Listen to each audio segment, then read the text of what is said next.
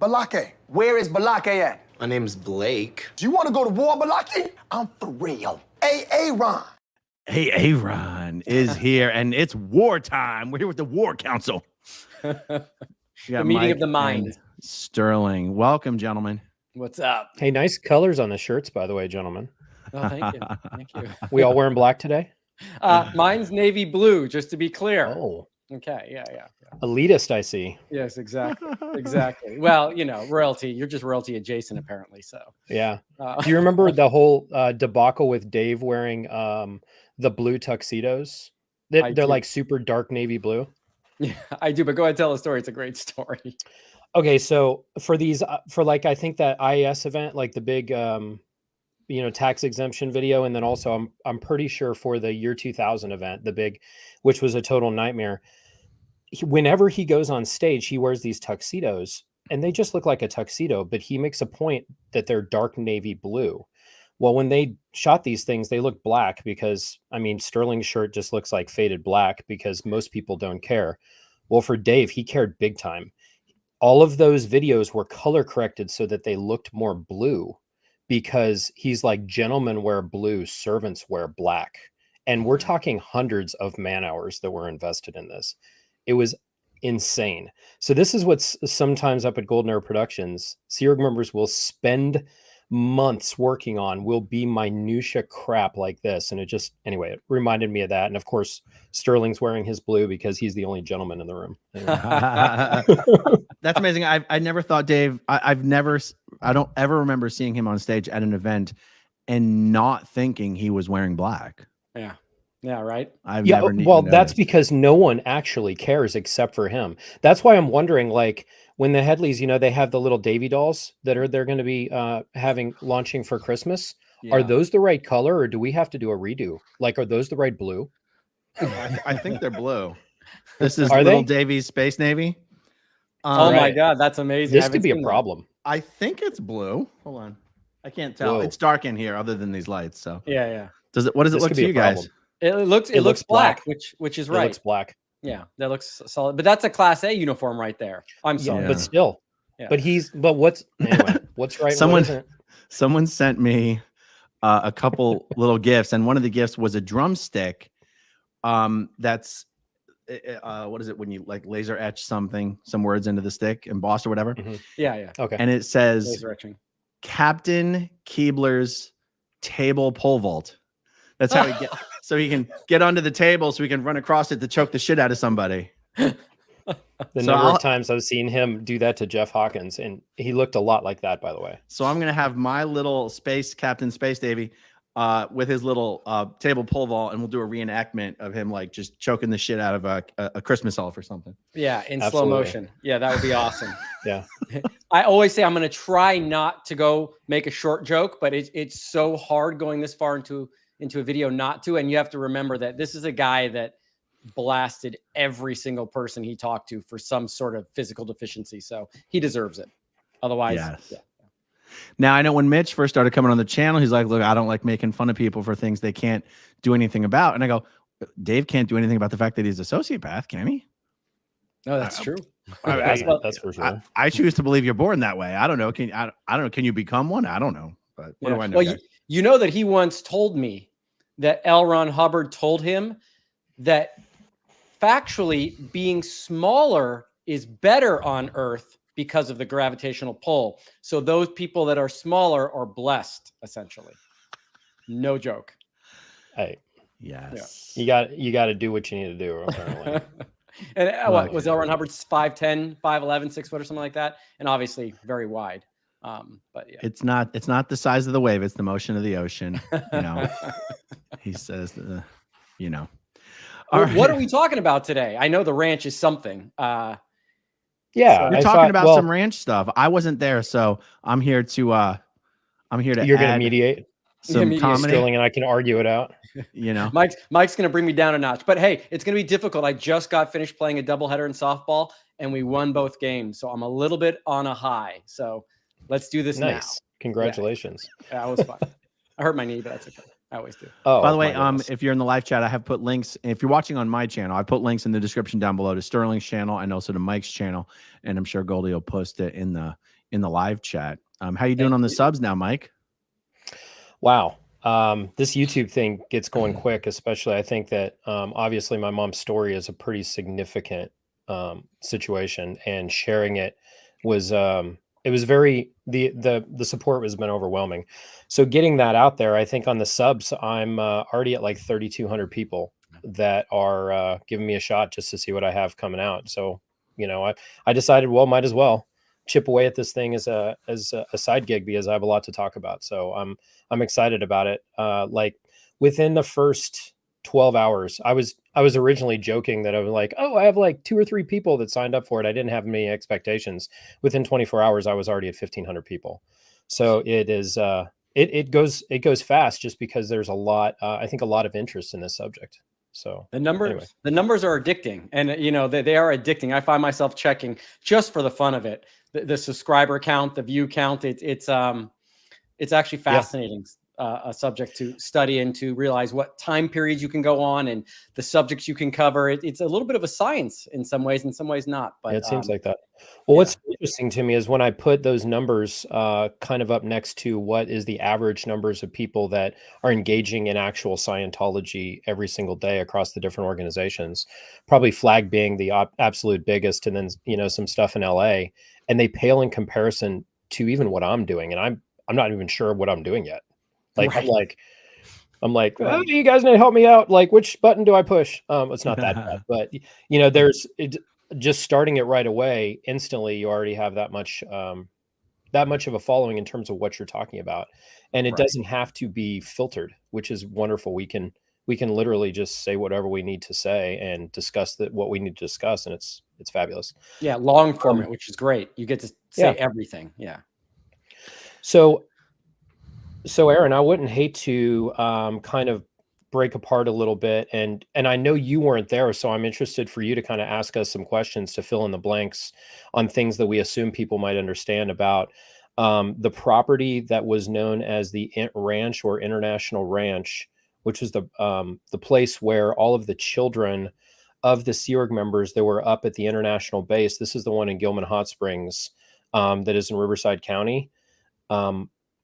Where we were kept eventually. And the story on that is very interesting. And I know it's been touched upon, but I don't know that we've kind of laid it all out in some of the intricacies. Sterling's touched on it some, but Sterling's involvement was towards the beginning, and then he got focused on other things. And a lot of his story kind of drags a little later on it. Although Sterling would still occasionally come back even after he had left to do school on the weekends, which right. It's kind of a joke, but I think, I think this would be an interesting topic. Yeah. And I discussed this with Biddy quite a bit. And I apologize, everyone. I refer to her as Biddy on YouTube. In person, I call her Mom, so as not to confuse everybody, because Barbara, my stepmom, raised me. Biddy, I'm going to refer to her as Biddy, just so y'all know who I'm talking about. It is confusing as hell. I have finally started to truly conceptually understand your story because I've been watching, you know, your talks with Biddy, and it's fascinating shit, man. Oh, fascinating. The stuff and with more to come, because still kills me though. Yeah, more to come. She's got some very interesting views on things that I had never heard before, because again, you don't really go, hey, why don't we sit down and just cover everything? And I'm going to be doing some interviews with her later as well to talk about, well, what we spoke about last week, Aaron. Shelley, and please don't let me forget before the end of this to at least give a little part of that story, because she definitely does not think Shelley would have had a chance in hell of taking over if she had tried a coup at that point in time. So we'll talk about that near the end here. That's super interesting. Yeah. You know, for the people who watch the videos and the Aftermath show, there's several ranches that people refer to in Scientology, and I imagine it must get confusing. You've got the Pack Ranch, you've got the Clearwater Cadet Oregon, and most of these things don't exist anymore. You've got the Int Ranch that we're going to be talking about today. You've got the Mace Kingsley ranches. There was a Mojave Academy Ranch. What is it with Scientology and the ranches? Like, you'd think. Well, 2 of those ranches that you just mentioned, so the Mojave Ranch and I believe the Mace Kingsley Ranch, those were privately owned by public Scientologists that actually actually made a boarding school for unruly children in Los Angeles. So I know, Sterling, you probably heard this, the Mace Kingsley Ranch, a lot of kids that were troubled would end up, their families would send them to that, not necessarily from the Sea Org, but just Scientology public would send their children to the ranch. And this would be like more of a military style boarding school. And I've heard some stories about some of the problems the kids encountered when they were there. But the two in California that were actually owned by Scientology and the Sea Organization proper there was a ranch that was referred to as the Pac Ranch, which was the Pacific Area Command. That one was down closer to Los Angeles. I think Santa Clarita or something. Santa Clarita I believe area. So. I never went there. So Neither geographically where it is, I don't want to mention it because I'll probably get it wrong. But the International Ranch, that was the one that was in San Bernardino, Riverside County area, close to Hemet and San Jacinto on the other side, the far side of the Saboba Indian Reservation, about a 15-minute drive from the international headquarters, the Golden Era Productions property, that you would have to drive through the Indian Reservation in order to get to. So there was no access to this property unless you went through, and we're talking like the actual Indian Reservation. You had to pass a casino, and you're driving very much through the deep part of their property, not where public or where people that would normally be going to the casino to gamble or whatever would go anywhere near. You're out in the sticks by the time you get there. What's crazy to me is that from the feedback I've heard from stories from you guys and others, is that there was kind of a contentious relationship between Scientology and the Indian reservation, or the inhabitants of the Indian reservation. It seems crazy to me that they decided to stick all the kids on a property that was a 20-minute drive away from where all the adults were, that you had to drive through the reservation in order to get to, that the buses would have objects, or arrow rocks, arrows, guns would target the bus. I mean, a Sea Org member got raped walking through the reservation, walking to go see their kids. Like, why did they not just bring the freaking kids and tuck them away on like the southern portion of the int base? I've never really understood that.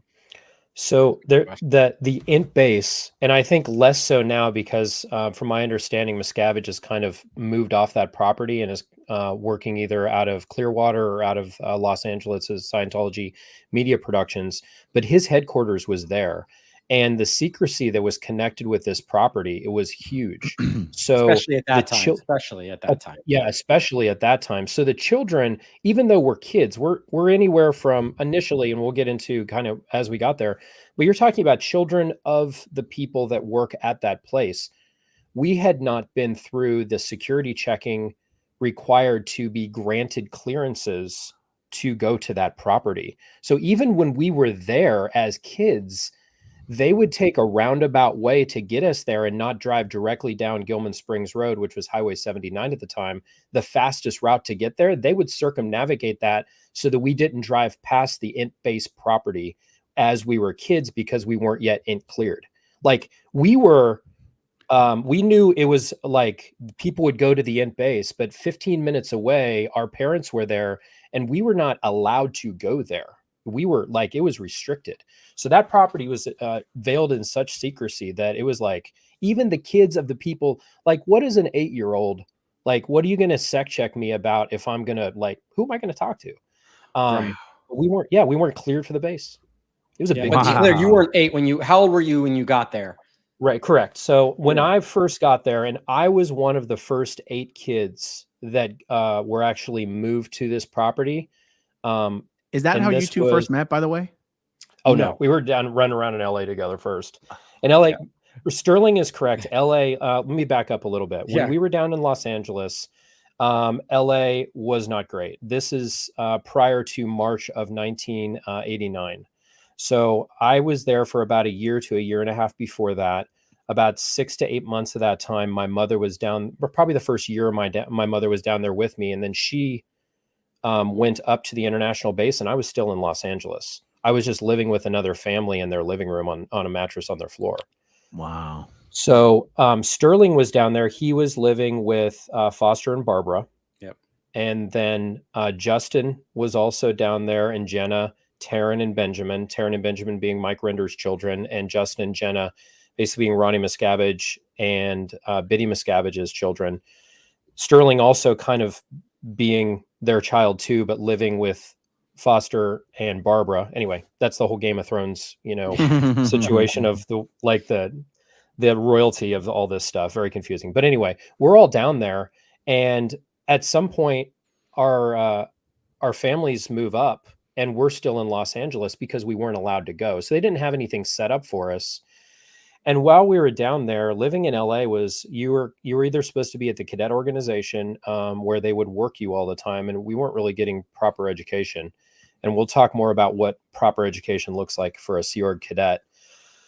But then also, as we were walking around the streets, this is a very high crime area. There's a lot of gangs in the area, of various ages, and very frequently we would be running for our lives while we're being chased by gang members that were trying to mug us or just beat us up. When we would be just trying to do kid stuff. I mean, Sterling, we have several stories where we were like in it pretty bad. Yeah, the best one being the LACC, LA City College story, where we decided to all go down and take our bikes down there. And it's just kids riding their bikes. Yeah. We almost got mugged. Can I jump in here and tell part of that story? Sure. And then you can, please. So because this is obviously a scary memory we had, but I believe it was just you, me, and Justin, and my cousin Wes, I think, right? And Wes, yeah. And it Wes, was you, me, right. Justin, Wes. And I was on Sean Alcock's huge piece of shit bike, and I was the little fat kid out of all of us. The 600-pound bike. You were Chunk? Please tell me they called you Chunk. What did they call that movie? The Shuffle Truffle or something? The Goonies? Truffle Shuffle? Yeah. Mike, if he was going downhill, he could just blow by us. On the other hand, if there was a strong wind, I would get stuck. I couldn't move any further. I was so light. Yeah. No, anyway, so we're just riding our bikes one day. We're like, hey, let's go out and do some bike riding. And we pull up to the entrance of LA City College. And right as we get to the entrance and cross the street, I want to say 3 to 4 big kids. I think these were probably teenagers. Yeah. And we may have been just 11, 12, maybe one of us was 13, with tire irons and crowbars. And they surround us right at the entrance. And right after that, so they're kind of threatening us, give us the bikes. We're kind of holding our ground a little bit, saying, no, we're not going to do that. They didn't want my bike.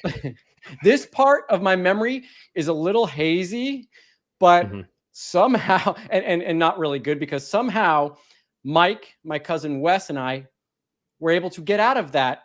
Yeah. Well, Justin had a brand new Huffy looking bike. His looked really nice and shiny. Yeah. And I was on the crappy bike, and Sterling had an average bike. And then Wesley had one of these GT Pro Performer, like really nice BMX bikes. Yeah. But Justin's bike looked the nicest. So they kind of surrounded Justin and told us to leave. And Wes refused, and he got hit with a tire iron in the chest. Yeah. And we were terrified. So we all ran away, and we're looking for campus police or something. Yeah, we located. We left Justin there. Yeah. We located the campus police. We left Justin there. I was talking to the campus police with Mike, and we're like, hey, help us out. My brother's stuck out there. He's got these 3 kids. They're trying to take his bike. And about 30 seconds into the conversation, we see Justin come around the corner into this large courtyard area on the campus. And, he's got, some tears running down his cheek, and he was crying a little bit. And Justin almost never cries. That's one thing about him. And so we're like, oh my God, dude, what happened? How'd you get away? And he still had his bike. He's on his bike. So he got away with his bike. He's tearing up a little bit. He goes, I told him my cousin Wes had a GT. So guess what? We're not out of the shit yet. These guys are now running around the campus looking for us and Wes, who has a GT. Anyways, we had to go to every corner of that college campus to try to get away, because every time we tried to pull out onto a main road, they were there trying to come down and catch us. And eventually, I guess we did a double fake and we went another direction. And I've never biked that fast so hard home. We were scared shitless, no joke. I was a solid half a block behind everybody else, just pedaling my little fat legs off at the time. Anyway, your bike was also 20 pounds heavier than everyone else's. Oh, it was and the chain was one of these that kept skipping. It was horrible. So Anyway, so that was what If a LA bear's was chasing like. you don't have to outrun the bear. You just have to outrun the outrun slowest Mike. person. Well, I'm a lot faster now. I promise you that. Anyway. Oh, especially when he got his motorcycle. He was the fastest one at the ranch. So. Yeah, exactly. I'm like, I'm not putting up with this again. So you guys knew each other as kids in LA, and then who went to the ranch first? So Mike. I went to the ranch first. Myself and about 7 other cadets. We were all placed on the EPF, and actually, I was on the EPF, the PAC EPF, the same time that Mark Headley was. So he and I will have to do some stories about that because we have a bunch of funny stories when we were on the EPF together. All of us were very young. We were probably 12 years old, but we were the oldest 8 kids. There were 4 girls and 4 boys, the oldest 8 kids of all of the kids whose parents were up at this international base. So we were chosen. Okay. So everyone who went up there, so everyone who went there though, their parents were already on the int base. Correct. So they had kind of made a list of like, hey, this is everybody that we have, and then the plan was, and Sterling's talked about this in some of his videos with his mom Biddy, is all of our parents are up on this base already. They want to get us up closer because for them to see us, we're not allowed to come up there. We're not in cleared.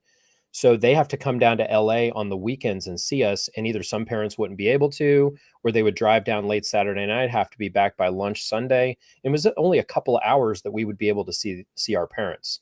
And we're down in LA with stories kind of like what Sterling and I are talking about. So it wasn't great. So the plan was, hey, we're going to get these 8 kids. I remember it was, and I might have some of these names wrong. It was Justin, myself, Mark Berther, and Danny Hill. Their parents weren't very high up in terms of ranking, but Mark and Danny were kind of preteens, teenagers, about the same age as the rest of us. There was also Taryn Rinder, Susie Hopkins, Renee Berther, and maybe Jessica Epstein had shown up at some point around there. I think she came a little bit later just because she was a bit younger. So they chose us because we're a decent age where we're starting to grow up, where we could actually use to renovate the property. So we're supposed to get through our EPF. It was decided we weren't yet done, and all of us were kind of struggling with like all of the different stuff on there at the time. And we weren't yet finished with the EPF program and all of the studying related to it, but they decided, hey, we're just going to take them up anyway. And they attached us actually underneath the Sea Org mission that was being headed up by Sterling's aunt, a lady named Sarah Cunningham. She's now Sarah Mortland, I believe. Yep.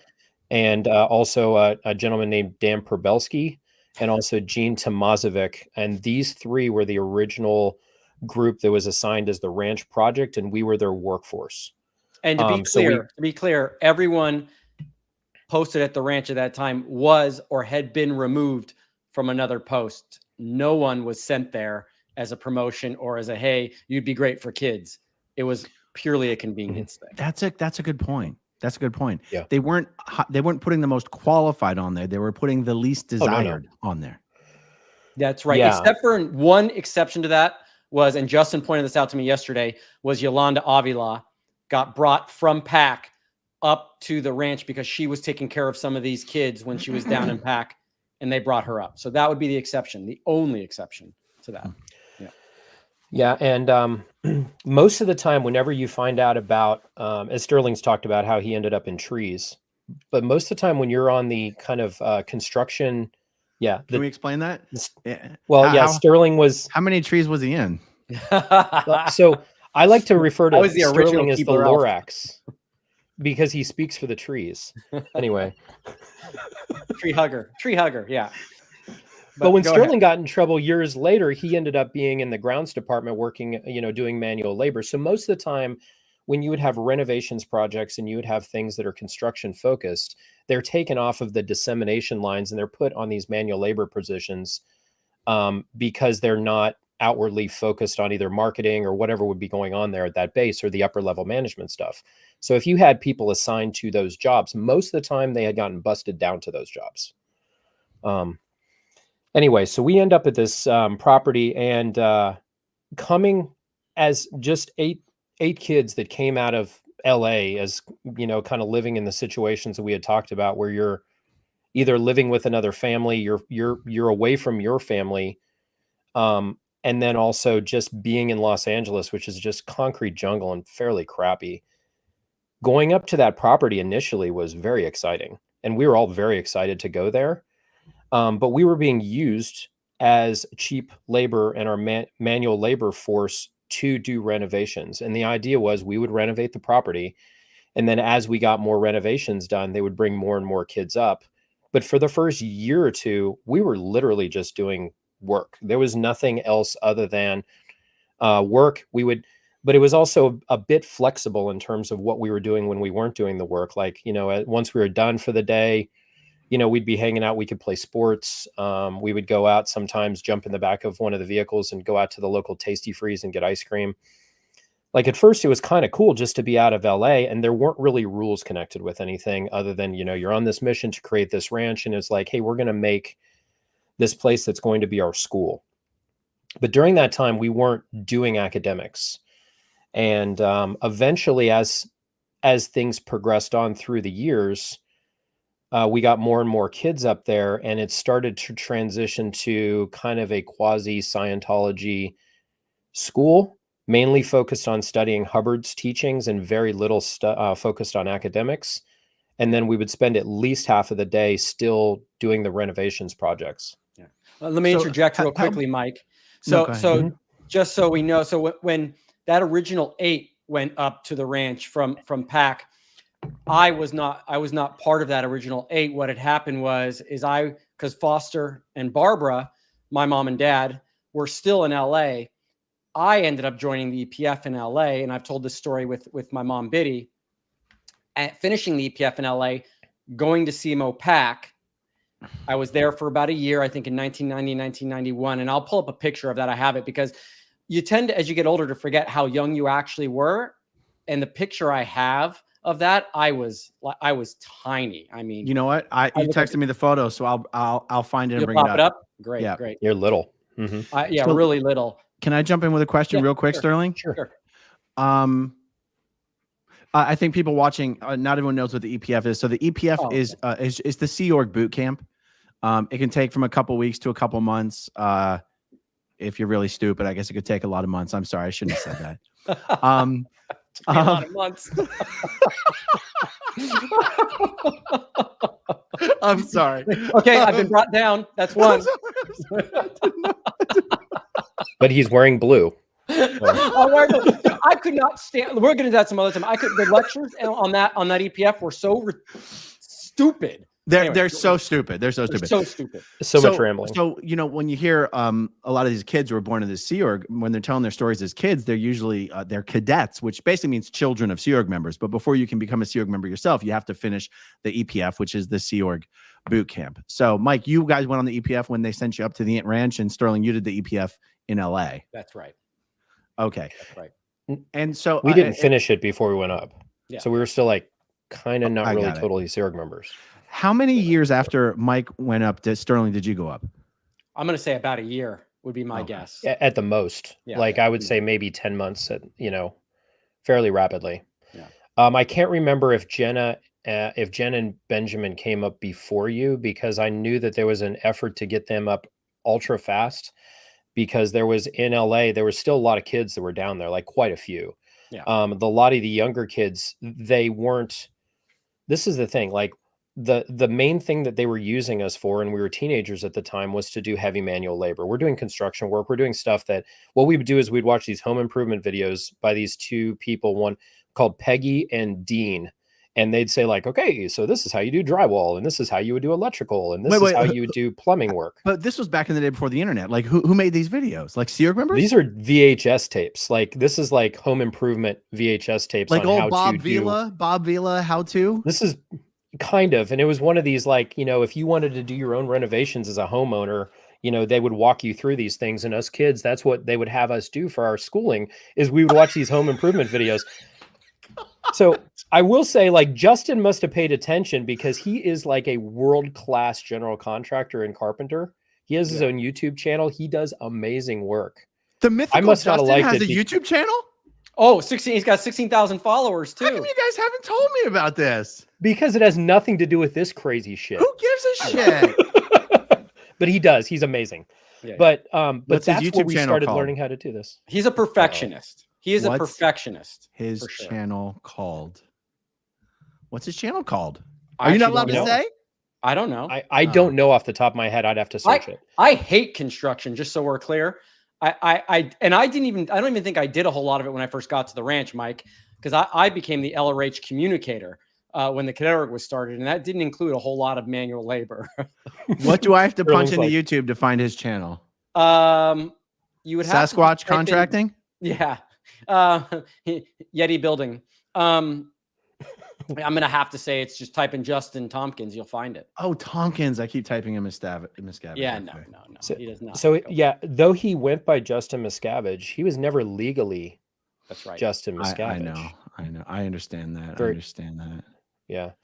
So we would do all of this work, and our education consisted of watching these home improvement VHS tapes, on like, an old crappy TV. And then we'd be like, okay, let's hang this drywall. And a lot of the stuff that they would be getting, because everything in the Sea Org has to be like bargain basement pricing, and like they're finding stuff like reused materials and stuff that Home Depot's throwing away or getting away at a discount. So we'd get in like kind of like waterlogged drywall that we're then trying to like hang up and stuff. So anyway, that's how we were doing these renovations, trying to do it kind of on a shoestring budget. And why I think that is because the whole reason the ranch was created is because Sterling's mom, Biddy, was in the kind of position where she was probably one of very few people in the Sea Org that the Sea Org needed her more than she needed the Sea Org. And there were probably very few people that were, so valuable that they actually had the kind of pull where they could say, hey, I need this. If you're going to work me like the way that you're working me, I need my kids to be out of this area. And I'm convinced that the only reason why that property ever existed is because she's like, hey, I want my kids out of LA.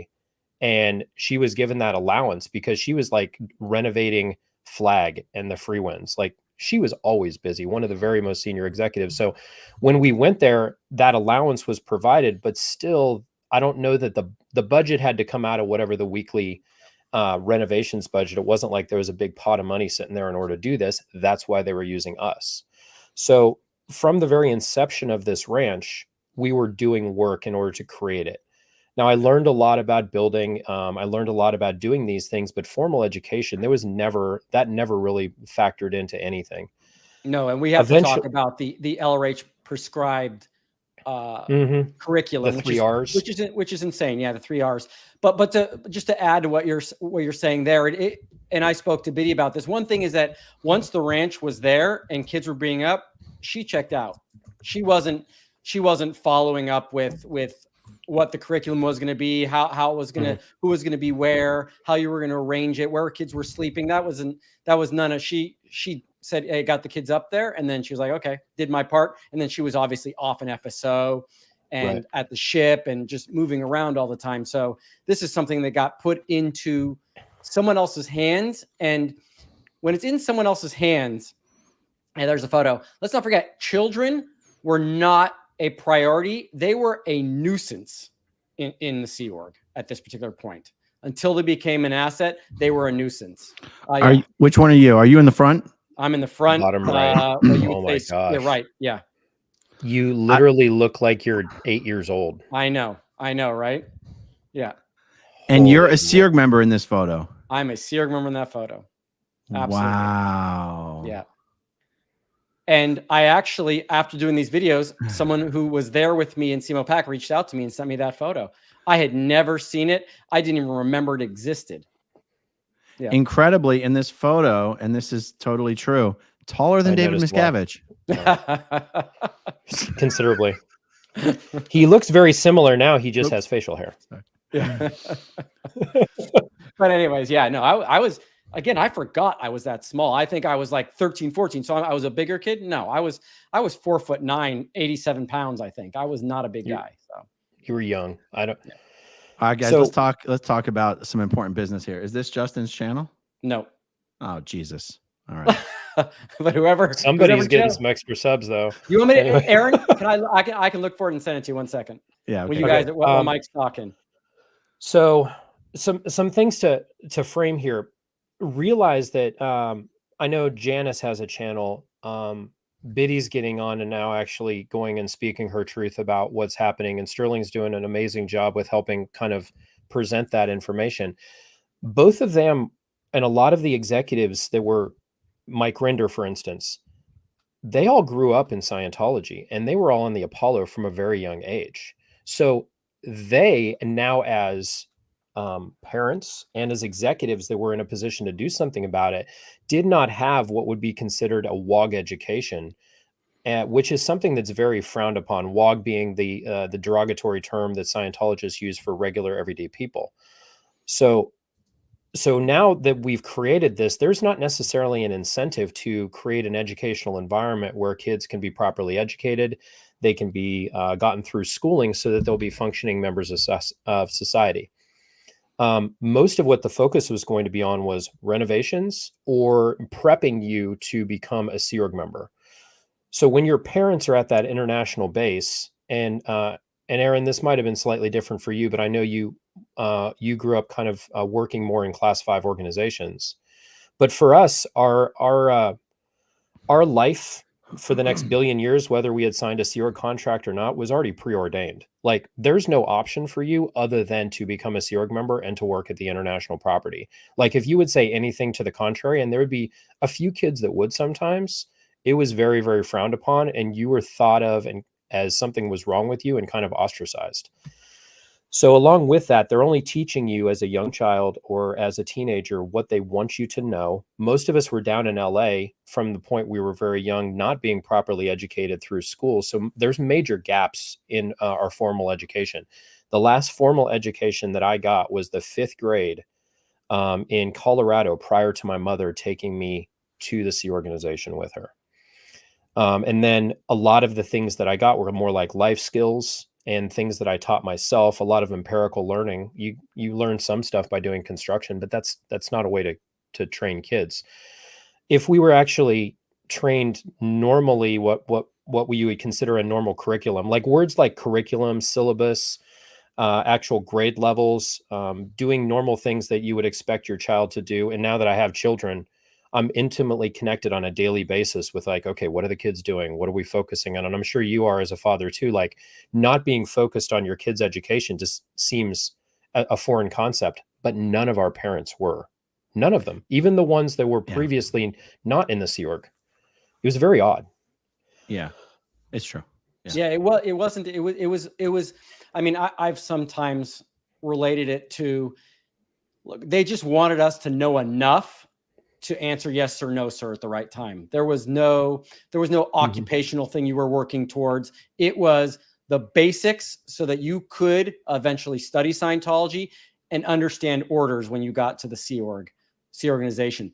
That's it. It was nothing special. Yeah. Yeah. That's why it's very rare, even for Scientology children of wealthy Scientologists and who are just public. It's very rare for any people to spend money sending their kids to college, because it's just considered a waste of time. And it's just considered that you're going to get, psych influenced propaganda through the public school system and the university system. And so Scientologists would rather have their kids join staff or join the Sea Org than get any sort of higher education. I remember once one of the teachers there was Leslie Epstein.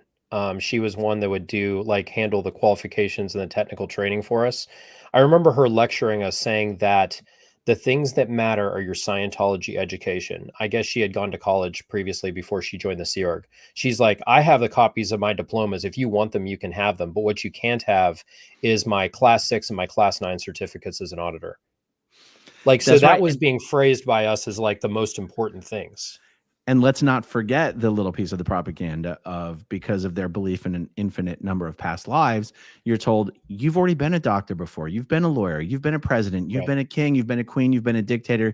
You've been the only thing you've never done before in the last 76 trillion years is Scientology. Why would you want to do all the old stuff again instead of just doing the new stuff? Right. Correct.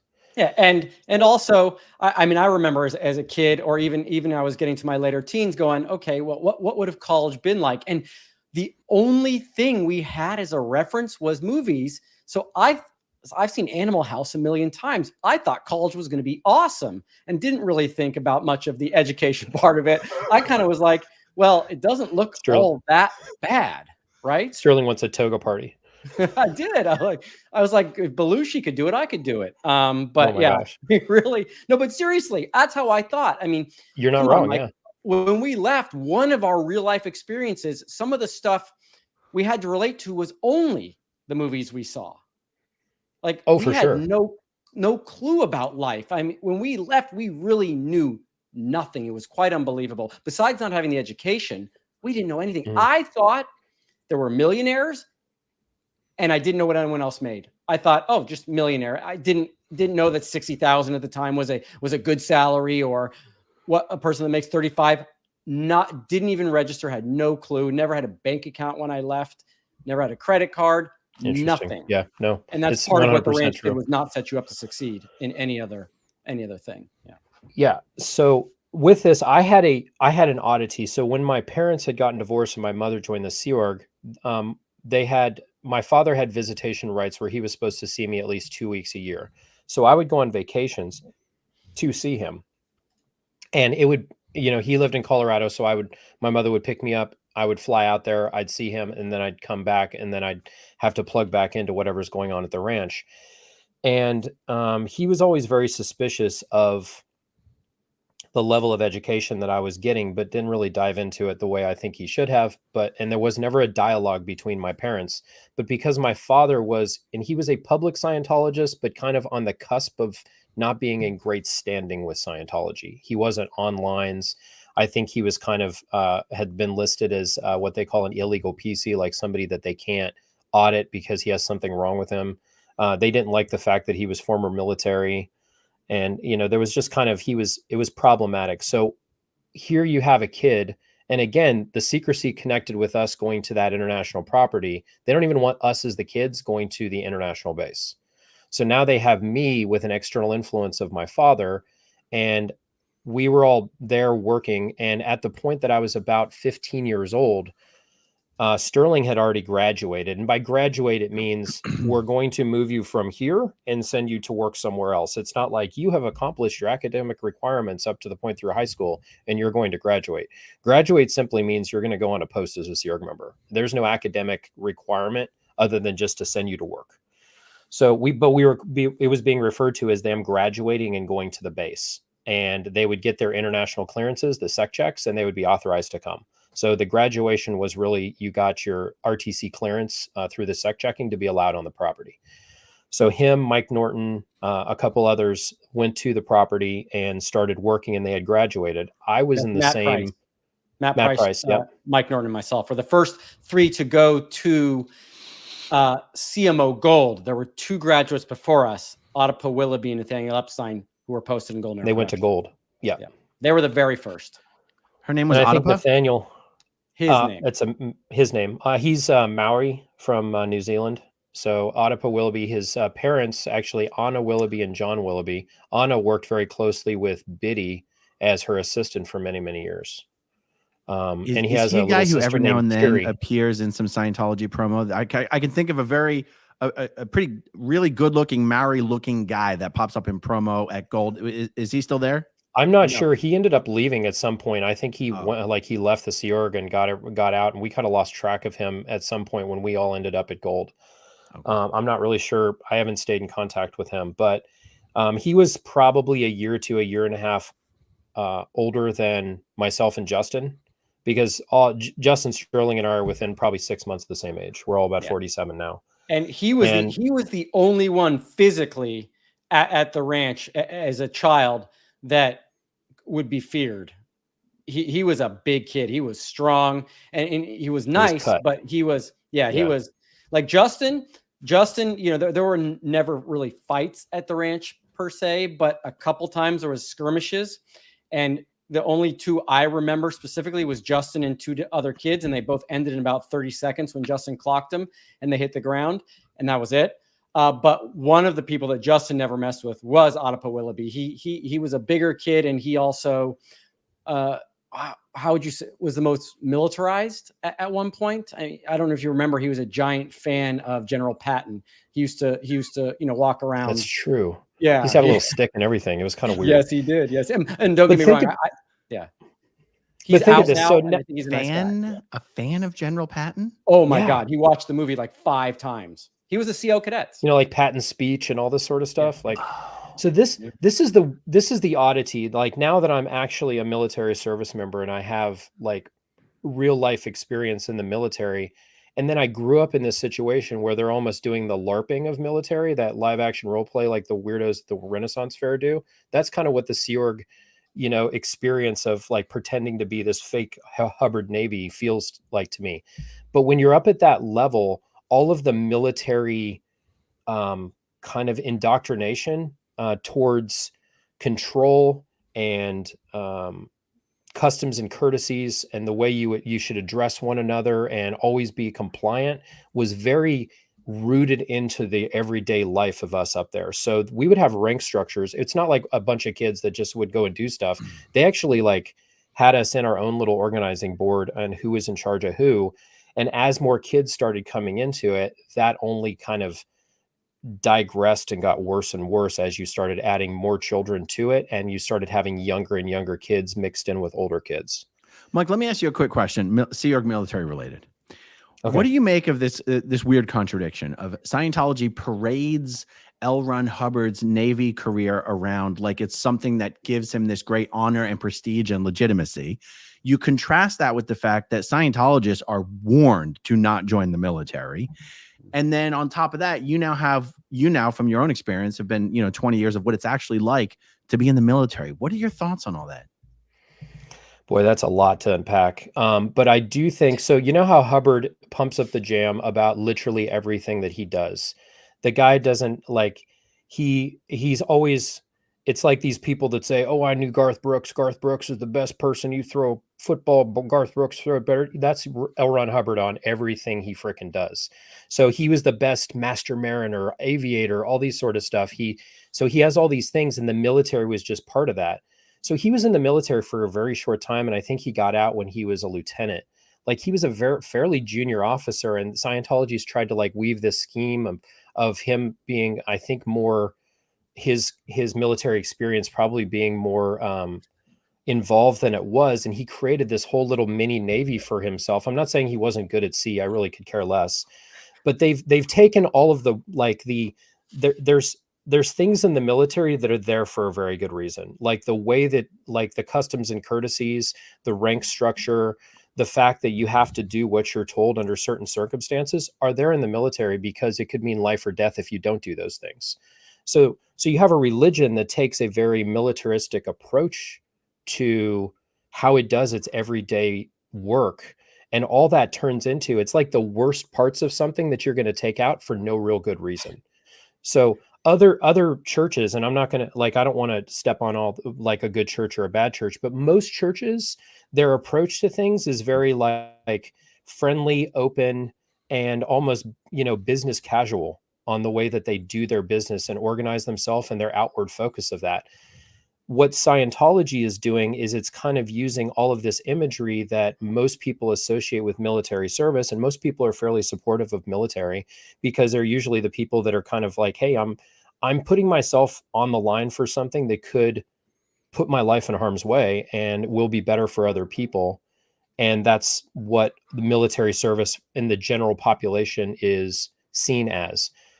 Right. Scientology kind of gets on the heartstrings of that, and then they bring people in, and it doesn't have any of the other good uses that the military has those things in place for. And I've found the military attitude and the way people deal with each other, the Sea Org set it up. Like when I went into this, I was expecting like, okay, I'm ready for the full experience like it was at Golden Era Productions.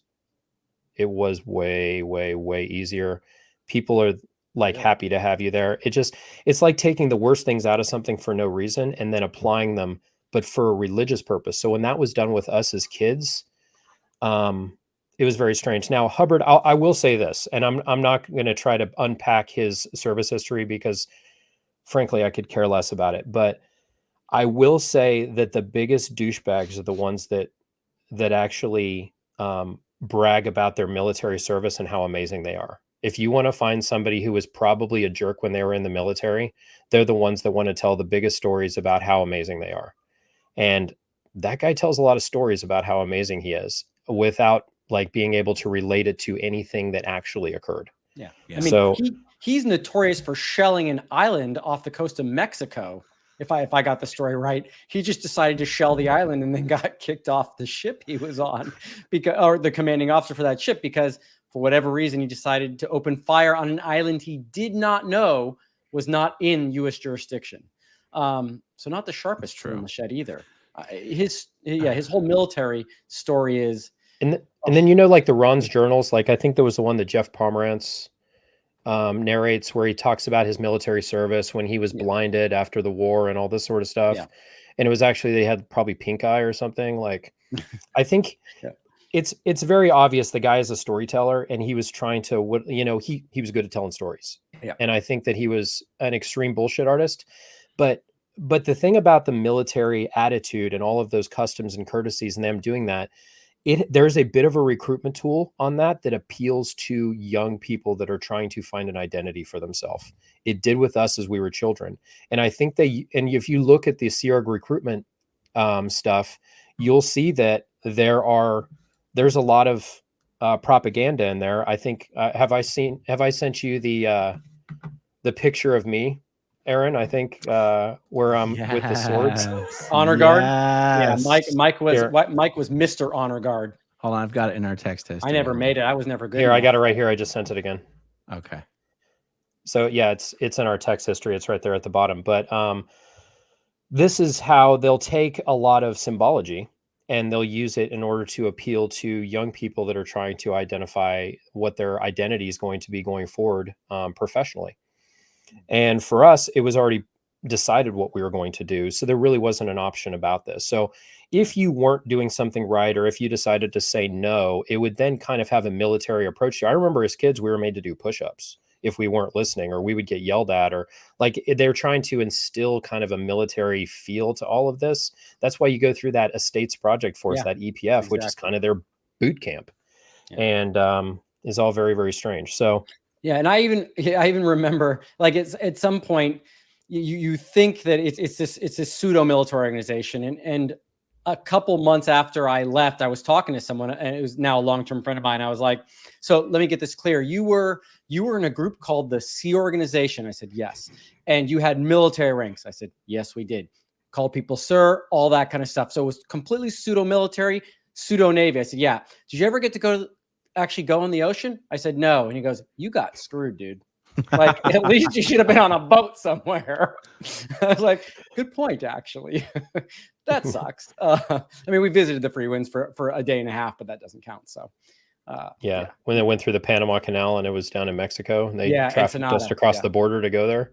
And I have a story about that with Jackson, because Jackson was in my lifeboat when we won the rowing contest, which was awesome. And we actually broke an oar too. Anyways, we'll tell that story some other time. Yeah. Oh, that's you, Mike. That is me, right front and center. I am. What a dick. Let's see what a. So I am right there in the front. Right next to me is Sean McShane, and next to him, third in, is Jamie Butterworth, which I know. No. You know Jamie. Yep, that's Jamie right there. And then the one on the end is Chris Olander, who I think Sterling was one of the ones that you woke up to one morning. Him and his wife Claudia Olander, when your family was gone.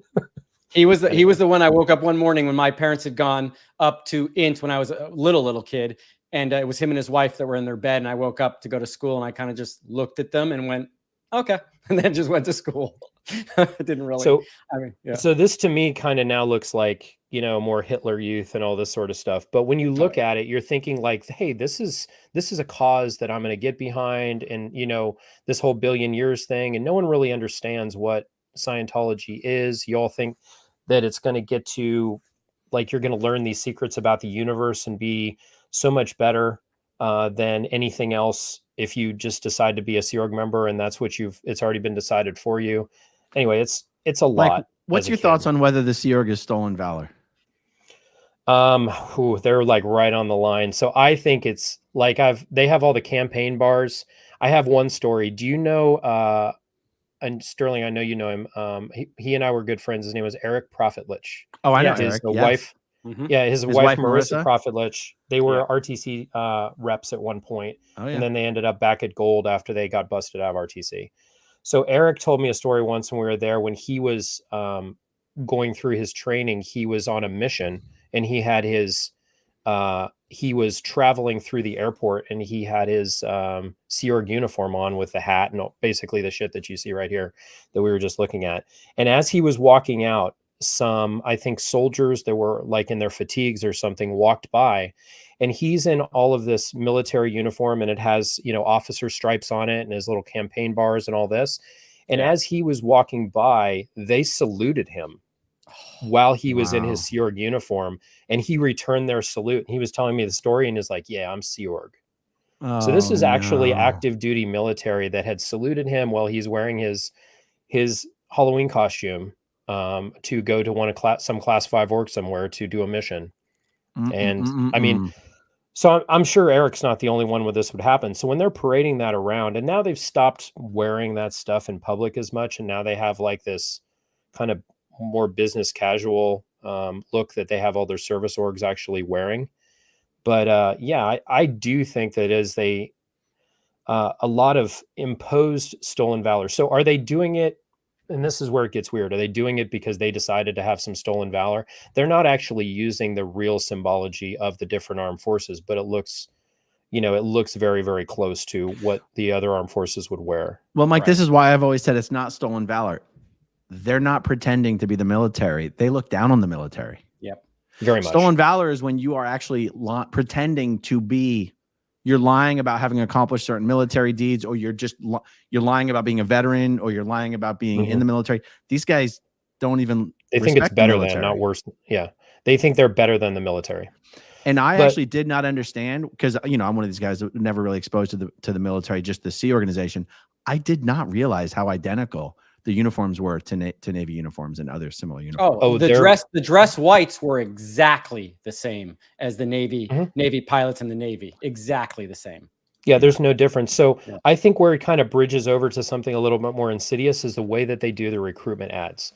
So the recruitment ads, again, and a lot of these target younger populations. So you have a lot of military recruitment where they're trying to recruit, like the armed forces, the different branches are actually trying to recruit for the military. And then that gets mixed in when then as they go to their church, they see these Sea Org recruitment ads. There's a lot of, you know, cross association that's going to occur there, and it's going to be confusing. And there's no real statement up front about what your benefits are. If you go into a military recruiter, you'll be told exactly what you're signing up for, you know, and it's also, it's a contract that's very finite for what you're doing. You can continue to stay in that you're kind of signing up for this grandiose idea of 1 billion years and what you're going to do, this kind of brotherhood of, you know, the ultra elite Sea Org. And but there's no statement of benefits. Like there's no statement of like, hey, this is what you're actually going to get in terms of your pay, what you're going to do. These recruiters sell you a bill of goods, I think, for regular Sea Org members as they come in. But that's why I would classify the children in the Sea organization. There you go. There's another. The guy right in the middle, if you're ever wondering, Gerald Duncan, he comes up a lot in conversations as one of the, he was the director of inspections and reports at Golden Arrow Productions. He was probably one of, I would say, maybe 3 or 4 African Americans on that entire property, if I'm not mistaken, Sterling. Yeah, I want to say 3, maybe 3 exactly, because Jesse Prince had left already. Yeah, and then I know Crystal, and there was maybe 1 or 2 others. Oh, and then so then Tony Pinder, and then the DJ guy, and Skeeter. Yep. Yeah, so I think it was like 4. So and then right next to him, Terrence, that's one of the security guards, and he's also kind of an ethics person. I don't know who the girl is. Oh, that's Abigail. I want to say Abigail Spencer. Yeah, but I don't know her last. But again, look at this. I mean, that's very suggested imagery, and you know, you have all this. That looks like a very naval style uniform, like an officer. I mean, who wouldn't be appealed by that? And well, it's also diverse. Travel the world, and it's also diverse, Mike, which is such a lie about the Sea organization, which is predominantly white. Unlike the swords thing that we had with all of us white boys. Yeah, right. Yeah, I mean that they were just being diverse in this picture. That's not how it is, especially not up at now, guys. Check it out. So hold on. Okay, keep talking. I'm going to show you a comparison between this poster and the poster of A Few Good Men.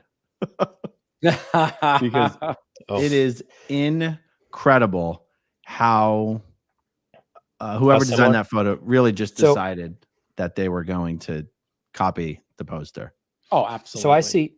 So I see the recruitment pool for when you recruit. Okay. Yeah, check that out. A little bit, maybe. 2. It's like when you're getting your eyes checked, you're like number 1, number 2. You're like 1, 2. Just so we're clear, if Demi Moore were in the Sea Org back then, I would have joined and stayed. Absolutely. I had a super crush on that girl. Yeah.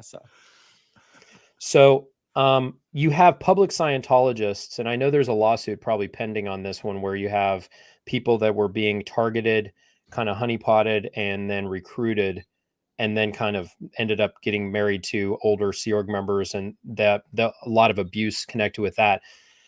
And then you had, so those are people that were actually gone through a recruitment process. And I think where the imagery like you're seeing here, that's going to be used in order to appeal to those type of people.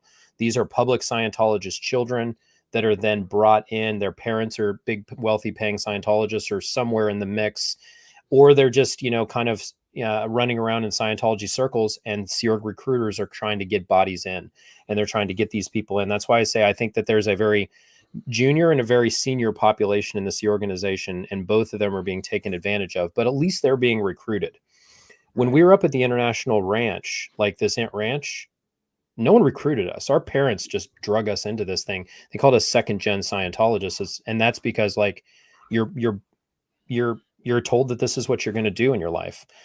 So kind of getting into, I'm going to kind of get off on a little bit of what we were talking about and kind of go into what then happened with me, because what we've explained so far is kind of like, okay, we're doing all this manual labor. It sounds pretty cool. Yeah. It's a little bit authoritarian, but it's not super bad.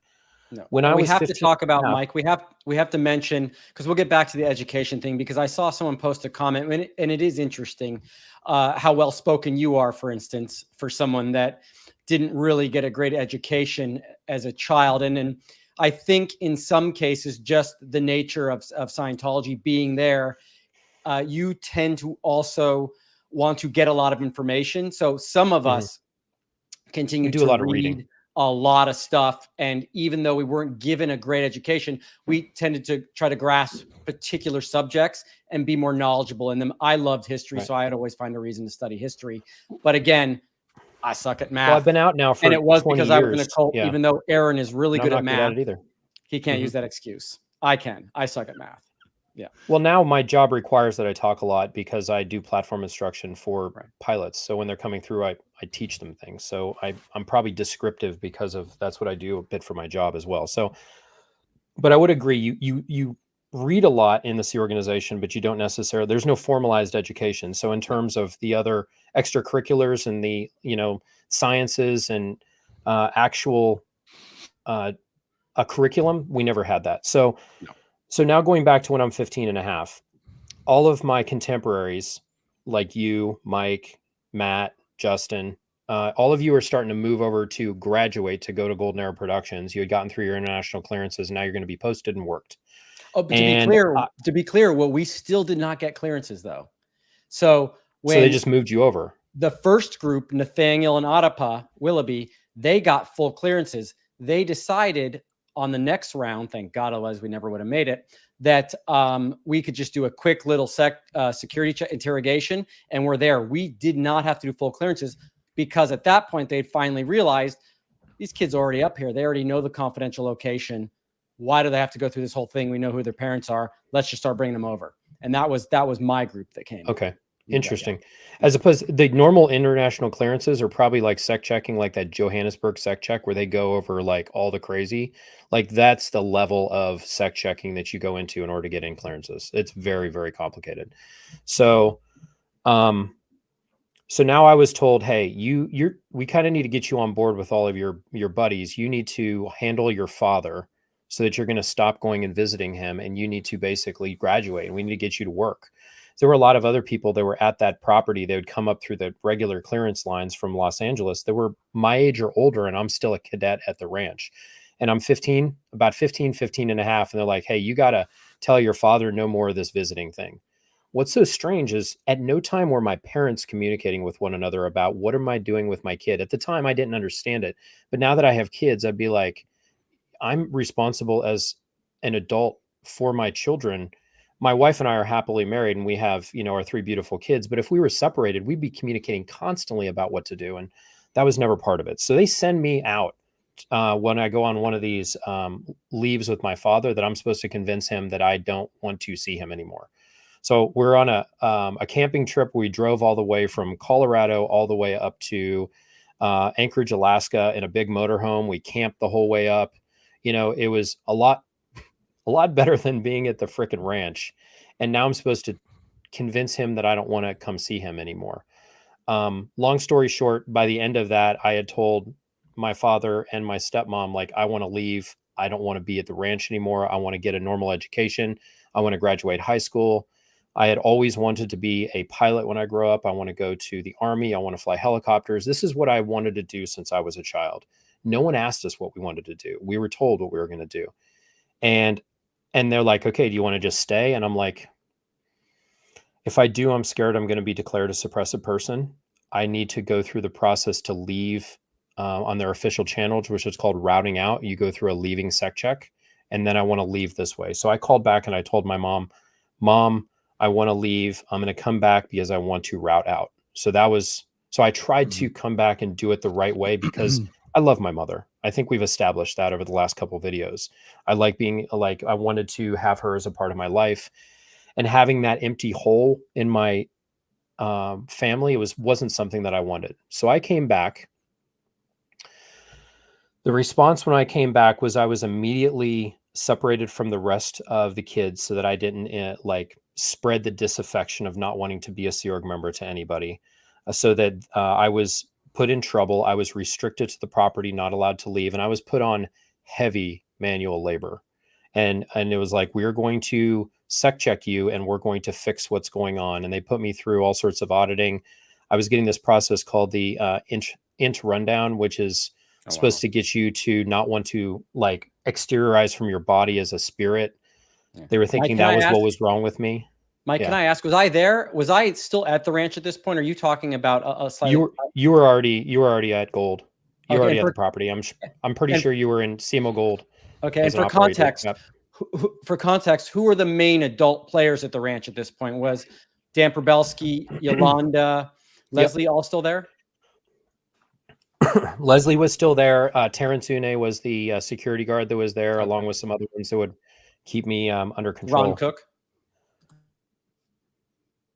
Yeah, correct. Ron Cook, Kenny Campbellman, Russ. I'm not sure if he might have been around there a little bit too. But now, when I say that I was separated from everybody else, I was put on heavy manual labor. I was digging trenches and ditches that should have been being dug by backhoes in order to put in water mains. I was doing it by myself in the heat, and I was doing this all day, every day. They weren't taking the time to just put me through that sec check and let me leave. They were going to fix me so that I didn't leave. I could elaborate a whole lot more on this, but this of me being separated, not allowed to leave, staying at the property. I wasn't allowed to go and see Rosemary. She had to come and see me if anyone, there was no moving me off of that property. I was restricted there. This went on from 15 and a half years old until I was 17 and a half, the better part of about 18 or 19 months, where I was restricted to this property. Wow. This is the first time I'm hearing this, by the way, Aaron. And you've never talked to me about this. I did not know this. I haven't actually told this story much at all. So, and Mike, I wanted to leave. Is this happening at the Int Ranch or at the property base? The Gold at the Int Ranch. At the Int Ranch. Oh, they wouldn't have had me anywhere near the Int base. I was at this is at the property. So if I would have wanted to just escape, let me just put it this way. And I know others have talked about this, like Laura's talked about this some. If you wanted to just escape, this is on the far side of an Indian reservation. And we are on the far side of the dump of the Indian reservation. They had just an open dump where they would so it would be miles and miles and miles of walking in order to get out of there through high desert in Southern California in order to actually get out of this location. And what are you going to go on foot? And they have motorcycles. They'd be able to catch you in a heartbeat, and they have somebody watching you 24/7, 365. I didn't know what value I had to this. The only thing that I can think of, and I've asked my mom about this, is, Mom, why didn't you just let me go? And she's like, well, I was told that they were handling you, but she was working as Ronnie Miscavige's secretary. And the thought, I think, was because she was connected to Ronnie Miscavige and he was one of the upper level management executives in Scientology, that the distraction of me wanting to leave would be such that it would be bad for the organization. Wow. So they were trying to fix me. And it sucked. So during all this time, which I probably would have been a sophomore and a junior in high school, but none of that education would be occurring, I'm just restricted in doing heavy manual labor. Another person at the time was who's my ex-wife, a girl named Samantha. She was in a similar situation of her father had blown, he left. He used to be John Travolta's auditor, a guy named Chris Silcock. He had left. She wasn't sure if she wanted to go with her dad or stay with her mom. And she was kind of in the same boat. So we were both kind of in trouble on the decks, doing this heavy manual labor at the same time. And we kind of became a thing. I wasn't really sure that I wanted to stay. And by a thing, it means like we're smiling with each other and, kind of liked each other's company. It's not like we had a relationship or anything going on at the time. Yeah. And we'll have to get into that later too, about the sexual conduct and the limitations and rules we had at this particular property. I was horrible. So you have a bunch of kids that are in their teen years, like just imagine there's 80 kids at this point that are on this property. We're ranging in age and I was probably one of the older ones at this point. Yeah. We're ranging in age from somewhere between 15 and a half to 17 years old down to like kids that are in kindergarten. I remembered at this motel unit when all the kids would be in those dormitories, and it would usually be 6 to 8 in a room, depending on the size of the room. There would be a lot of kids that would wet the bed. And this would happen every day. So the drill was, if a kid wet his bed, he had to strip down his bed, and then they would have to take the mattresses, take it off of the bunk bed, bring it outside into the Southern California hot sunlight to air out so it doesn't get funky. There would be like 20 or 30 mattresses out on the side of this motel building, all airing out in the sun every single day. So all of these kids are separated from their parents and being run by a handful of adults that are not qualified to run children. And that's how you're raising kids. Yeah. So Sterling was already gone from the property. So kind of backing up, because I know there's been a little bit of a dichotomy between, like, for instance, Laura shared a lot of her story and gone really in detail about the Int Ranch. And Laura and Sterling and myself Sterling and I are probably a good 10 years older, 9 or 10 years older, I think, than Laura is. And so she was a young kid when we were there. And so we would have been kids that should have been like, high school age kids. Everyone's mixed in together, and they're kind of, divided up between the cadet organization, the child organization, and then they had a separate organization for the kids that were problematic called the governess group. And if a kid was basically not listening, not doing what they're supposed to, they needed a little mini place to put the kid, which was kind of like a rehabilitation project force kind of feel for it. The little thought reconditioning thing for Sea Org members. Well, Hubbard's version of that, and there was some advices for it, was the governess group. And the governess, and there was things that he had written about it, is able to spank children. So kids that were unruly or not doing well or had done something wrong or weren't doing what they were supposed to do would get put in this group. And then the person in charge of them was referred to as the governess. So it doesn't mean that the person was always a female. I think often the person that was put in charge of them might have been, again, somebody that's in trouble, that's moved out there, was a male in charge of them as well. So and it was a very non-great situation. If it was a man in charge, were they still called the governess? Yeah, for sure. That's serious. Females in the Sea Org are called sir. You don't do that in the military. It's sir and ma'am. Like, you call somebody sir, they'll be like, anyway. Isn't it amazing that Scientology has such a problem with gay people when they've got such weird gender things going on?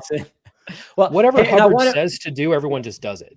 Mike, I want to make sure. So there was one, and your memory's so much better than mine. So I'm just going to add a point whenever I see. Yeah, so you actually had children, pre-cadet, cadet, and governess. Correct. So you had 2 levels before you were a cadet. Then you had the trouble group, the governess.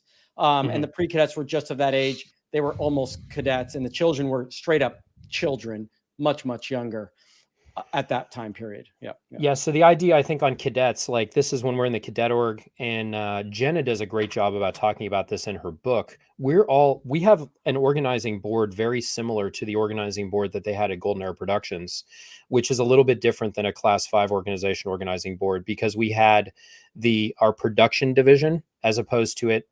We had it. A production division was for manual labor, which they called the estates division. So you had a section, you had different things in there, which would be construction, grounds, and it was all broken down. But that was our production that we would do. Our valuable final product of what we would be producing as an organization would be manual labor. Like and I think that they had made, as the thing evolved on and they started having more kids, there's no such thing as just like, let kids be kids. Like when you're in the Sea Org, the concept of being a child, you're just a small person, or you have a small body, but you're a big Thetan, and you've lived many lifetimes before, and we don't really believe in you being a kid. So that's kind of empowering, and that feels good when you're a teenager, kind of coming from a situation like we came from. But when you're a little kid, I can't imagine how that would be when you're young. Like that's got to just be confusing, because you don't you can't even spell your name yet, and you're being told that you're an adult. Like that's got to make you feel inadequate as shit. Yeah, you don't even have the attention span at that age to comprehend half the things that are going on. And I saw a question in there. It was like, someone keeps asking, did the parents even know? No, they did not. What didn't they know though? That I don't think that they knew all the intricate details that were going on here. I don't think it even registered in their universe what was happening with the kids, what their schedule was like, and maybe the kids mention it. But really, I think a lot of the parents were excited. Hey, my kid's 15 minutes away. I'm going to come see him once a week when I got that time off. But the rest of the week, being a Sea Org member, particularly at that property, you weren't thinking about your children. You were just trying to get through the week and survive so you could see your child on Sunday So do you morning. think, I'm going to ask your opinion on this in a sec, Mike, but is it that, because I've heard Laura say that as a kid, you knew you weren't allowed to tell your parents if something bad was happening. So do you agree, Mike, that to an extent, these Sea Org parents on the base, they didn't really know what was happening, or is that possible? Absolutely. So, so now again, going back to like, kind of look at this from the perspective of why were they trying to get me fixed as opposed to just letting me go? My mother, who was an assistant to somebody important, they didn't want to impact her negatively. And I've asked her, like, Mom, when I was going through this, like almost 2 years of shit wanting to leave, and I've had an amazing opportunity to ask him have some very hard conversations, and there's been a lot of healing, and there's been a lot of anyway. So I asked her, where were you? And she's like, well, they told me they were handling you. And I'm like, Mom, I told you I wanted to leave. Like, and I've reached the point of forgiveness. And I think that, and I see with Sterling, when you're talking through stuff with Biddy, you're also getting to that point, but not everybody's there yet. So I asked her, like, Mom, I just wanted to go and follow my own dreams. And I wasn't let to leave. And she's like, well, everyone at that property is at the highest level of believing in Scientology, in this mindset. They are so in the cult mindset of that whole bite model of the behavior, the information, the thoughts and the emotions are so controlled, and they're so busy. Like they work 24/7, 365. They maybe get time to sleep if they're lucky. And they're like, we got your kids covered, and they're not in LA. They're not in harm's way, but they're not being well taken care of. And they are in the Sea Org's way. So the Sea Org is not set up for taking care of children. The Sea Org is not set up for taking care of old people. We are a problem. So we were there because one of their executives was like, do you want me to like do like amazing shit for your organization and like renovate your ship and your big orgs and stuff in Clearwater? Then I need my kid out of LA. So they made that happen. And we're like, okay, good. And they're like, we'll send teachers out there and we'll do stuff. All the parents, and they would only see us for a couple hours once a week. But we as kids were told, like, hey, if you're putting in turbulation, which is their terminology for bad news, on your parents' lines, you would get in trouble as a kid. Like they would put you through lower conditions. Like, hey, if you're being a problem or if you're creating problem, it's distracting your parent, you as a kid are going to get in trouble. And that usually results in cascading down those groups. Like if you were a pre-cadet, you start like becoming an issue, you're going to be put in that governess group. Or if you're a cadet and you were a big issue like me, like I was at one point probably the CO of the cadet org. And you know, and as an older kid in this mindset, I can honestly say that our interactions with each other were not all positive. They're probably positive with people in our peer group, but how do you like mixing so many different ages together without a proper like structure and stuff? It wasn't positive. Like there was a lot that it turned into. And again, I always say, when you're a hammer, everything is a nail. So Scientology is unable to adapt to anything that is actually if it's not in its actual wheelhouse of what Hubbard said to do, they're never going to do it. So what's funny is my mother was a very caring, she had a very strong maternal instinct. She always wanted to be there for me. There would be other parents who were more focused on their careers and their jobs, and they were just like, good, my kid's taken care of. And they had less so of the maternal or paternal instinct, but uniformly our parents all were shitty parents in that they just let the organization run us, and whatever that became was whatever it was. So I think the younger the child, and Jenna talks about this a lot in her book on how disassociative it was for her to be in that situation and be raised by it. You don't know anything else other than what you're being told. And it was horrible for me as an older kid. And then when I wanted to leave, I wasn't able to. So when it finally came down to it, now I'm 17 and a half years old. Well, Mike, can I just, before you continue, go ahead. On this little point. So I also want to, this property, that the amount of kids we had there at one point, I think it maybe got up to about 60 to 80 kids. I can't remember exactly. There is a large picture of everyone wearing red sweater and khaki pants. And I'll find that. I have a copy of it somewhere, or maybe Janice has it, to show the ranch at its largest size. And that will be a perfect example so you can see the different age groups, because in the front, there are tiny kids. And up top, there's some kids that look like they're 18 or 19. But like any other boarding school, we also had our random cast of characters. We had troublemakers. We had goody two-shoes. We had people that followed everything perfectly. We had bad students. We had good students. We had students that were doing weird stuff, or people there that were doing weird stuff under the supervision of adults that, again, unquestionably was terrible in some ways. And we had rebellious students. And I think, again, I didn't know Laura that well when she was there, Megan Anderson. I knew her brother. You and I knew her brother, actually, Jared Anderson, pretty well. And very well. Kid. He was closer to our age group, yeah. And he was a good kid. Laura tells her stories that she was a rebellious kid. And you know what? Bravo to her for being that way. Some of us did like authority. Some of us didn't. What I remember when I was there, it was Dan Probelski was Mr. P, Mr. P. Everyone had to just, he was a demigod when we were there. I personally couldn't stand the guy. Drove me insane.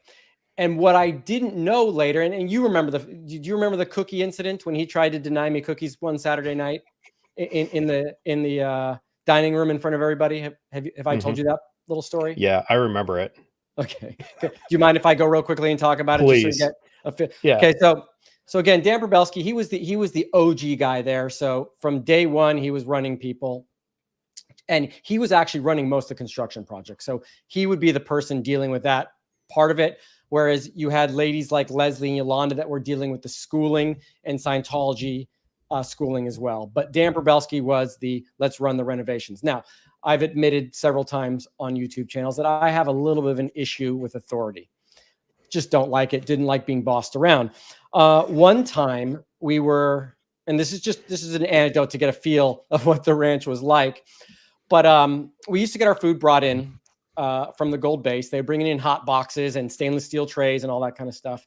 And Saturday night was a particularly famous, the one thing you could look forward to, because they would usually have chocolate chip cookies and ice cream. And you would get that after working for that day. So I had done something that week, probably completely oblivious to me, to piss off a few of the adults, one of them being Dan Probelski. And at that particular time, we ate down in the motel units in this rectangular dining room. And we basically had all the tables. It was the 6x6 tables that were lined up in rows. And every table had and this is another part of the mundane, stupid Scientology must have some sort of control over everything. But every table had a table IC, I believe it was called, or a mess IC, and a treasurer. because even though we weren't getting paid anything really, you could apparently pool your money and the treasurer would somehow be able to purchase something for everyone. Peanut butter or something. Yeah. Yeah. Like some kids got no, and we'll get into this later, but Mike Brown was the kingpin. He was the closest thing. Like he was Morgan Freeman from Shawshank Redemption. He could get anything. Somehow he brought in the goods. And we'll get into that later. And I'll finish the story quickly because I love to just segue off into something else. But okay, so I pissed off Dan Probelski.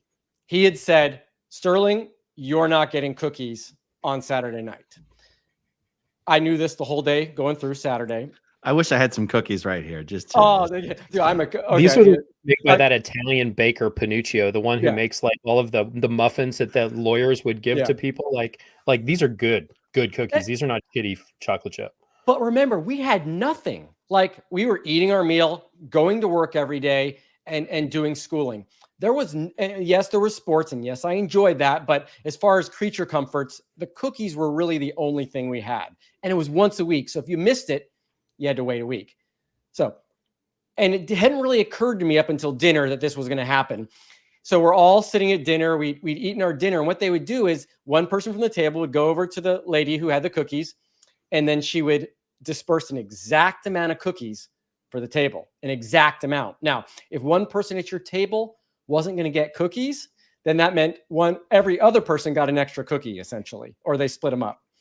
So I'm sitting, we sit three on each side, and where I'm sitting on the other side, the next row of tables, kind of catty-cornered, is the adults table. And so at one point, they start on the person to the right of me, they start passing the cookies over, they get to the middle person, and right when they get to me, they shoot it across the other side of the table. And I just remember at that particular point in time, I start losing it. My mind's going like, I'm not going to get my cookies. And I was so anxious about this. I wait for that tray to get one more person over, and then the one just on the other side to the right of me.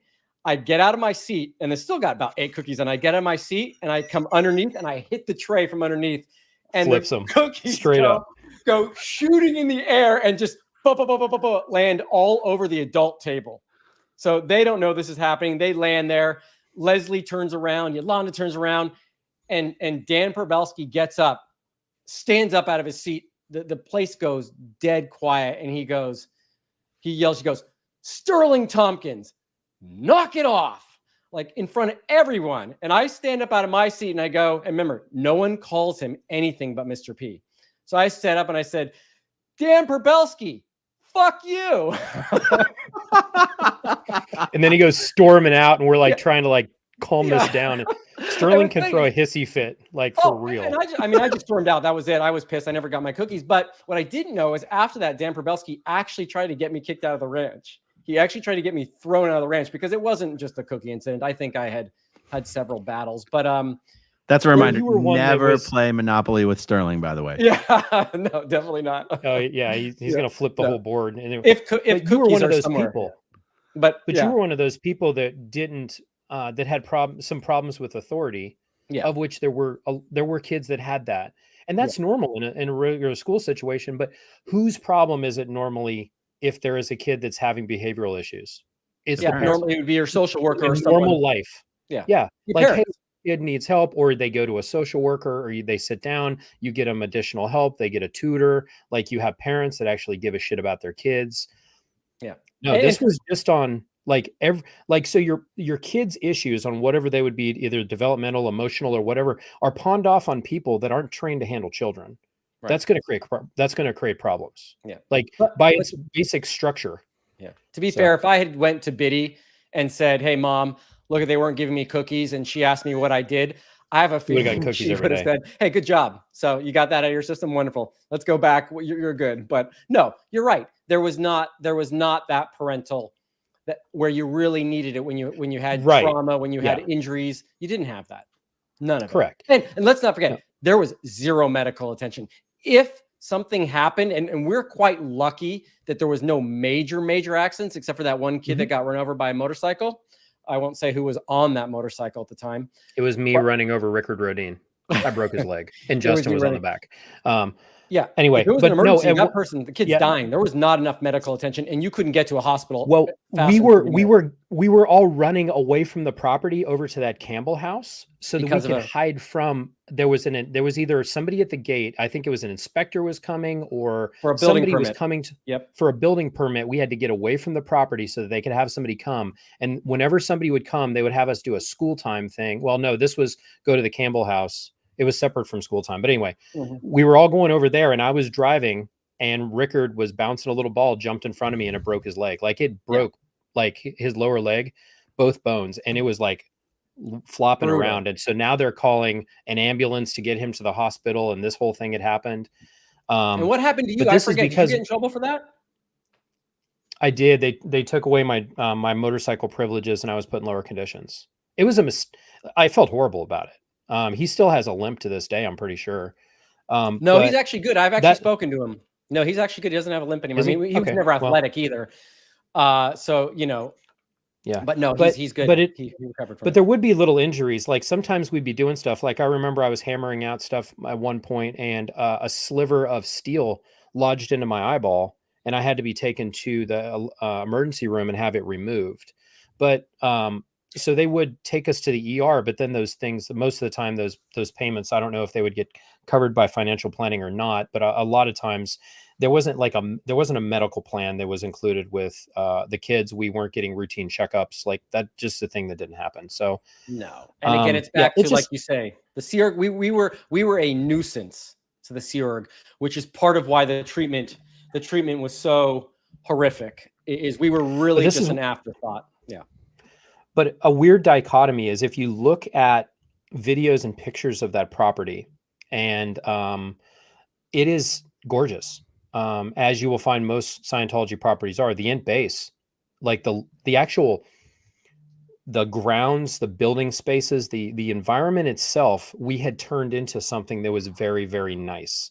Even the Happy Valley part of it, or the oh my gosh, ranch. Or, I think Laura does a whole video. She does it with Janice and with Amy Scobie, where they have video of this whole property. It's beautiful, but it was a dump when we first got there.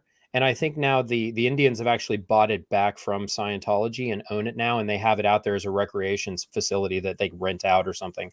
But it's a very nice property. And go ahead. Yeah, I hope it's a story someone tells, because what actually happened is I believe Golden Era Productions sold it back to the reservation, but I think Ken Hoden messed it up. He could have negotiated for millions more than he did, but he gave them a piece of information that allowed them to negotiate it down more. And the Indians I don't know anything were about always that. kind of upset that we had the property. That is why they shot at the buses. That is why they threw rocks, because they were a little angry that we had that property for so long. I think there was a chance for them to get it at one point. They didn't. And so I think generations ago, it was their property. And then I think they had lost it for whatever reason. It was owned by part of the Campbell family, and then also by this nunnery. And then Scientology had bought it. And there was some bad blood there that went back probably generations before Scientology bought the property, but we then inherited that shit. So, all right. So kind of fast forwarding back to now me wanting to leave, and now I'm about 17 years old. I was kind of cornered, brought into a room with Dan Probelski, Yolanda Avila, and Leslie, and they worked me over verbally, just saying, like, kind of guilting me into like, okay, well, you've now been here almost 2 years wanting to leave. You don't have an education to make it in the real world. Like, what are you going to do? Like, your option is you could stay here and be in the Sea Org, or you're going to be hugely unsuccessful if you leave. And I had already kind of had this little, interest in this other girl that was there, Samantha. And I was like, well, so they, after several hours, they convinced me to disconnect from my father and to stay in the Sea Org. At this time, my father was not declared a suppressive person.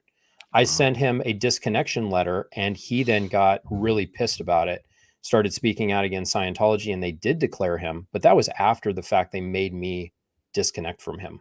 So they had seen that as like him trying to pull me out of the Sea organization, and how dare he.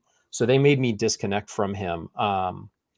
Then I stayed. I worked as they made me what was called ranch staff, which is like I was working under Dan Probelski as one of his. I was in charge of, I believe, construction and grounds, and I wasn't connected directly in with the kids, but we would come up with projects to work with the kids. And anyway, but I was mainly doing heavy equipment work and things of this nature. But I worked as ranch staff for a short period of time. When there was a bunch of renovations project that occurred where they got the new studios that were being renovated there, and they brought me in to kind of as additional help, and I eventually got through the international clearances and got posted at Golden Era Productions. There is one story that I kind of want to tell that is the mindset that kind of will explain what an executive might think and how they're going to handle stuff with their kids. Because at one point I was sent back briefly in order to interact with some of the kids out at the ranch. When I was at Golden Era Productions, I was then made, I was in an assistant position, which is under the commanding officer. So there was a gentleman by the name of Steve Willett. Steve Willett had a daughter, Sarah Willett, which was one of the cadets out at the ranch. And then the ranch itself fell under Golden Era Productions as one of the kind of departments under the estates division. Estates, again, being the one that handles construction, grounds, electrical, like all of the physical stuff. The kids and all of our education was put under the division that is responsible for manual labor. So that's where they were under. If you think about that, you think like, well, wouldn't you put the kids under the one that has to do with training people in school? Nope, they were under the manual labor department as one of the sections out of there. Just as a mindset. They were really just considered literally a labor force.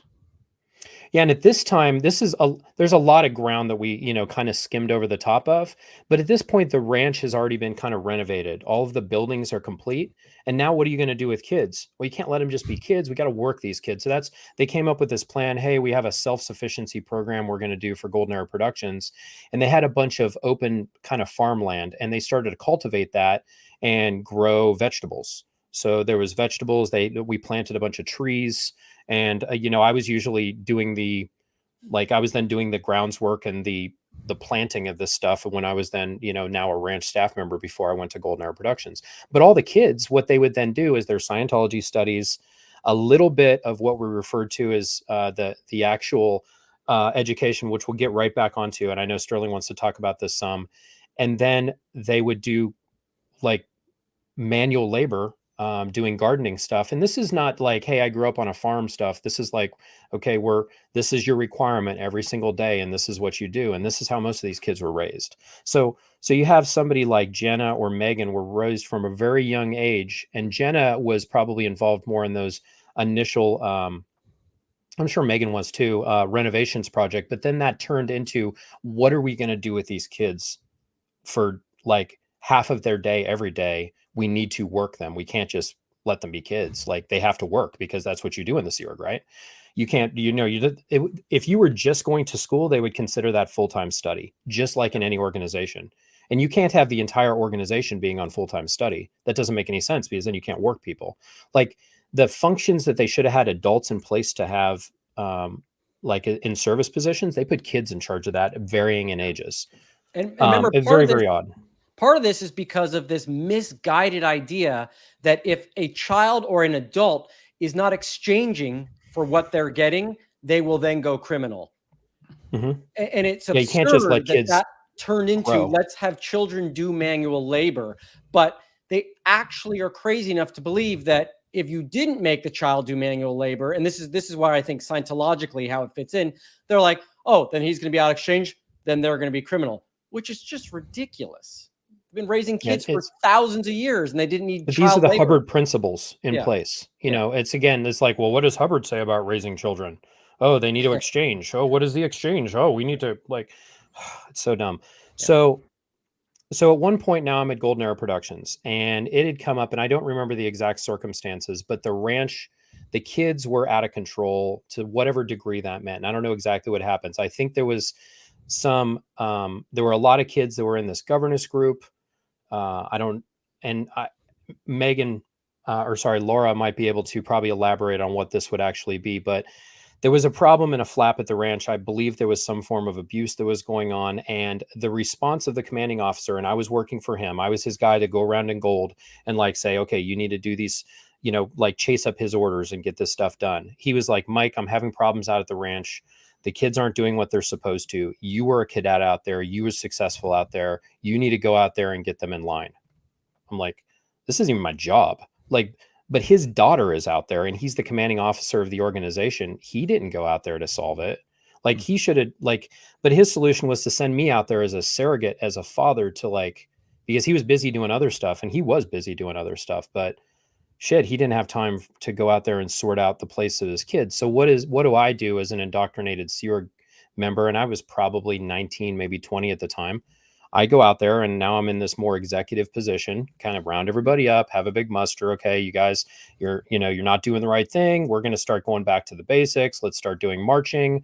Let's start, everyone's going to start being on schedule. You're going to make your beds. We're going to have our cleaning stations. You just get into all of these, the normal shit that Sea Org members do. Like, you wake up at this time, you do this. And I think I was out there for probably 2 or 3 days.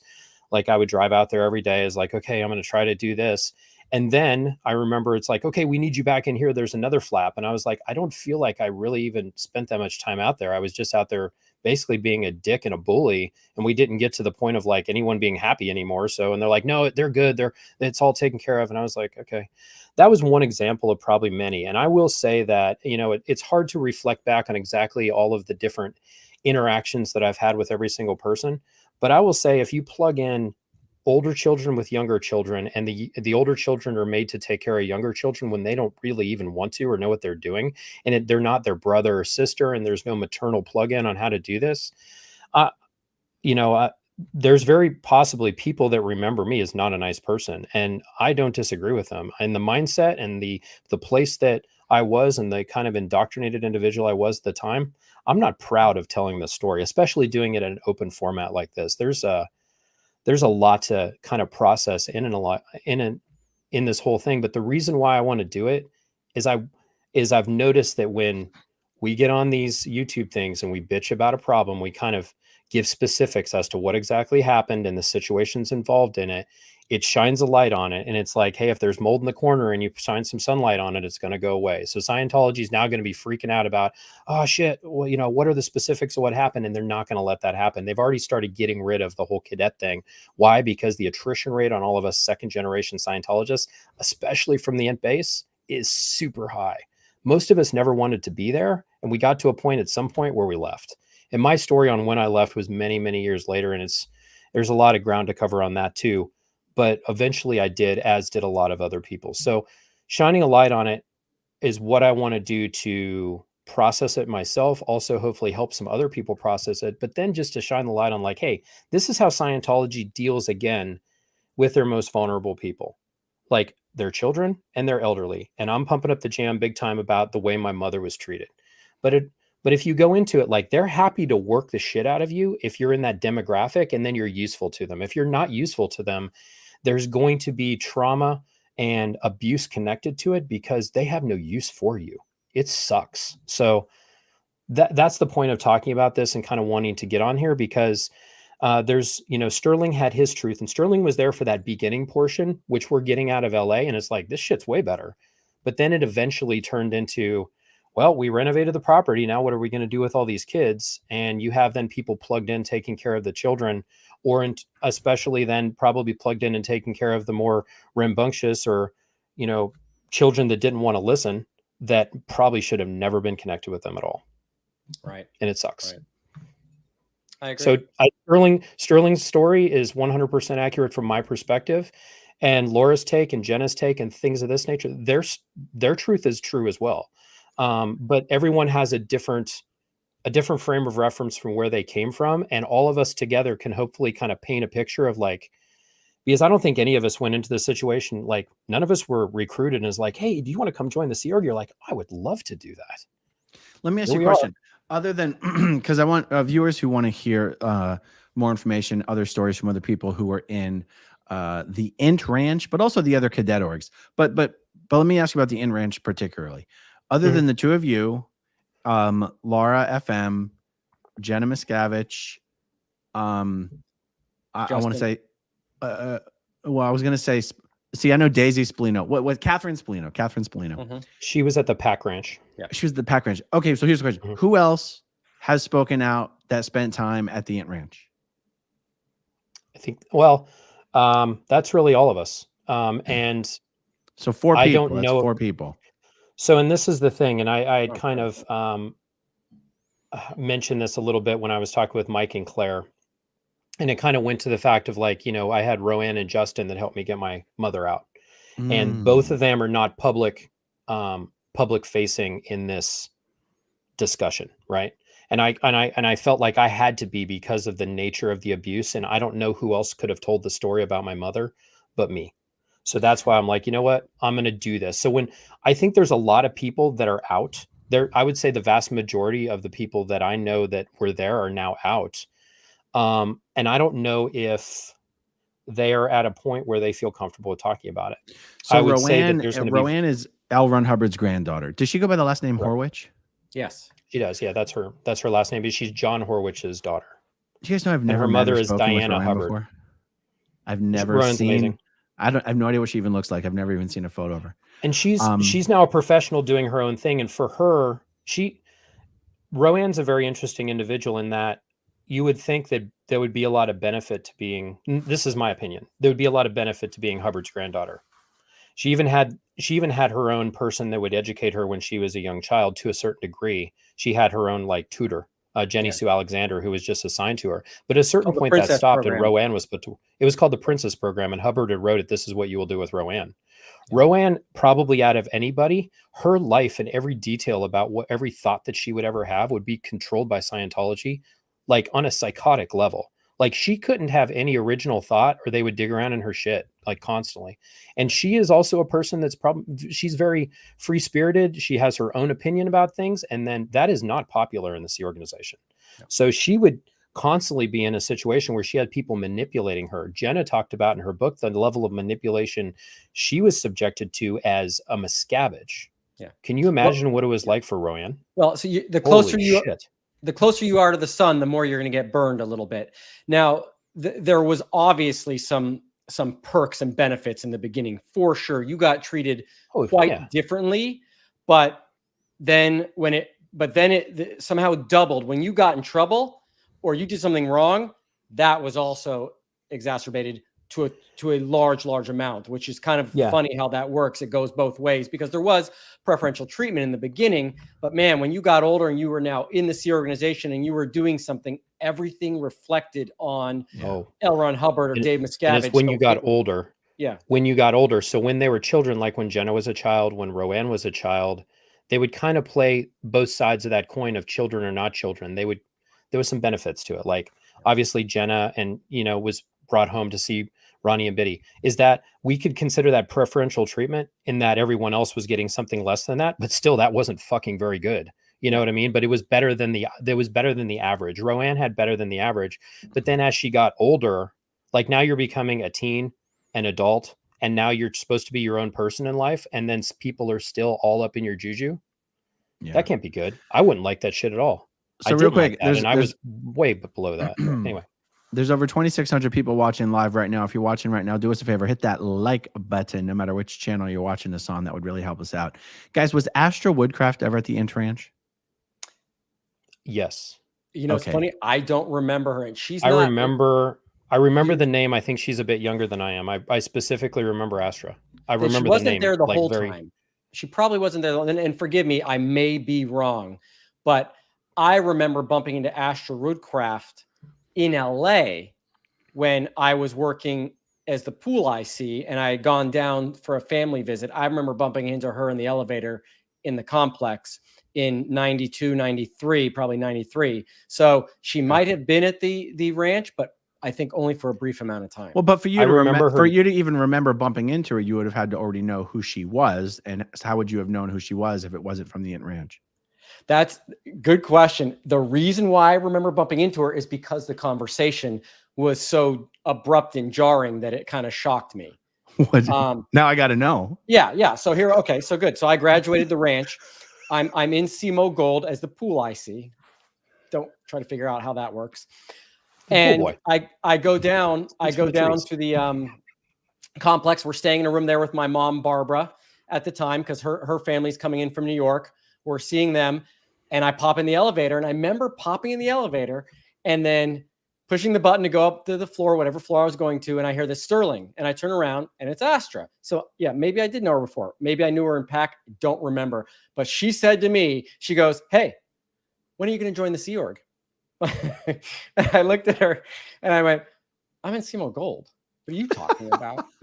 And so that's the only conversation I people. ever remember having with this girl. And you That know was what? the jarring conversation. Well, it was so. I was super glad that we heard it. yeah, I'm a sensitive Here, guy. mark the time, everybody. It's right around 1 minute 48, 1 hour 48 minutes. Hey, eat shit. I just worked through the ranch. I went back to I was at SEMO Gold at the Gold Base. I thought she You're a was going big to be deal like, then. Elevator. I thought she was going to be like, I'm pregnant and it's yours. You know, that wouldn't have been jarring.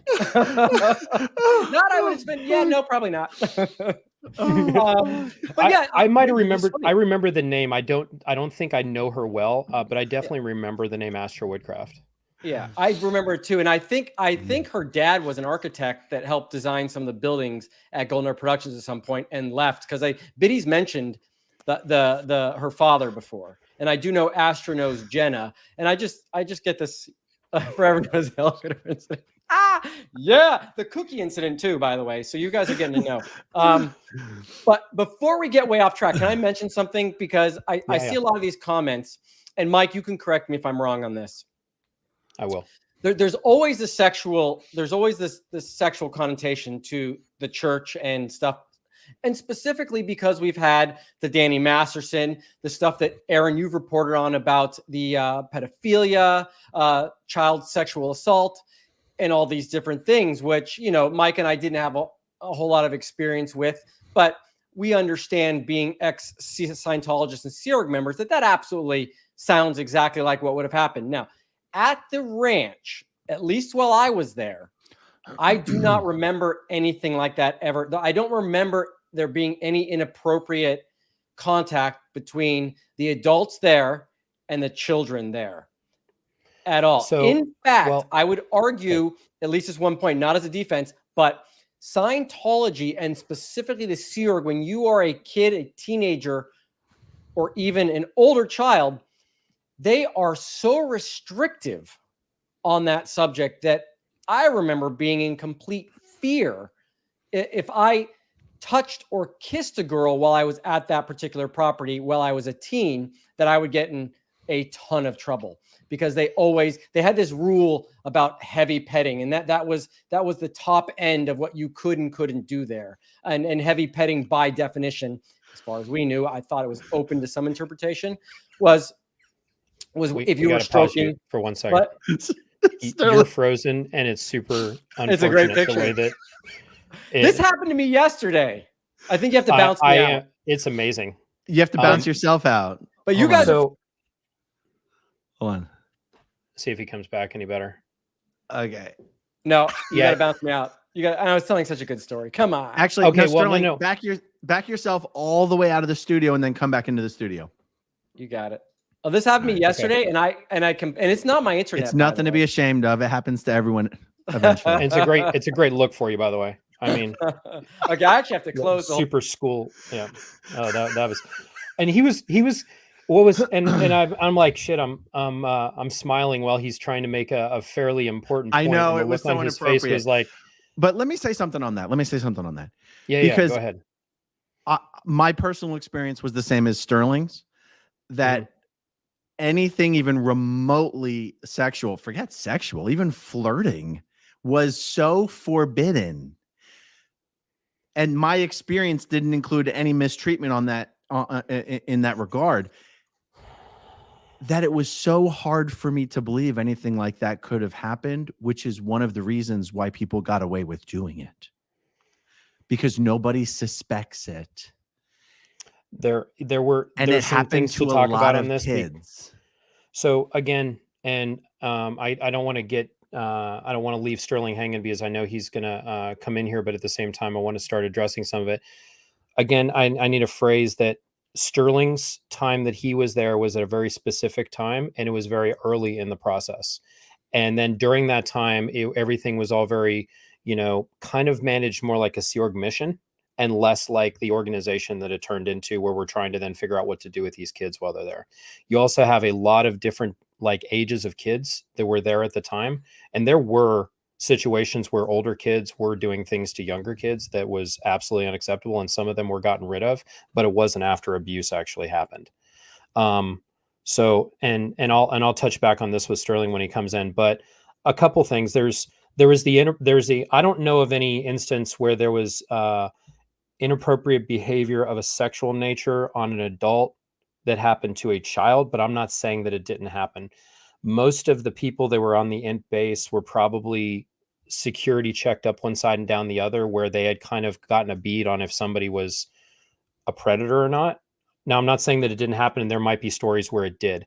Where I know that abuse did occur, and we'll come back to adults on children in a little bit here, but where abuse was occurring is you would have older children that would sneak into younger children's rooms, because you would have the girls' dorms and boys' dorms, but they're right across from each other in a courtyard. You would have sometimes some kids and I think that's why Steve Willett sent me out there. They were dealing with one of these kids that was doing something, and then I was supposed to go out there and kind of get everybody in line while they were dealing with this other thing that happened. I think that kid was separated out from the property. Yeah. That said, here comes Sterling. And also, Mike, I want to say, you're back in. I've heard from people who were there, the Clearwater Kid.org, widespread abuse. Yeah. Really? Yeah. But you also have, I don't know, is there a clearance process for people I've never been to Flag or worked at Flag. I'm guessing you have a lot more of a cross section of people that would have been at Flag from anywhere that weren't as tightly security checked as the ones that were at the international base. Correct. Yeah. So I would assume that happened. Sterling, just to catch you up, what I had talked about is I don't know if abuse of a sexual nature occurred from adults to children. Not to say that it didn't happen. I just do not know about it. Right. But I do know there were, after you left, and when you were there, we were still very much kind of in a build the place up mission mentality where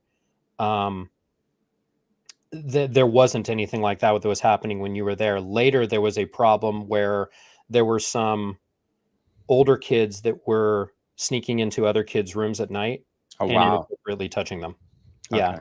Did not know that. So I'm not gonna mention names on here because of things of this nature. I don't want to really get into. I don't want to. Sure. I feel it's anecdotal for me to know about it, because that's one of the reasons why Steve Willett sent me out there, because they were dealing with one of these kids and getting rid of him. And then the rest of the place was kind of like having other issues too. So it was like, get everybody in line and make them start doing their marching and all this sort of stuff. So right now, one thing to talk about that I do think is inappropriate is going back to this governance organization where you have the children, the pre-cadets and the cadets, and then you have this group of children who are kind of unruly, aren't following the rules, and are in this group where they're kind of in their own little forms of trouble.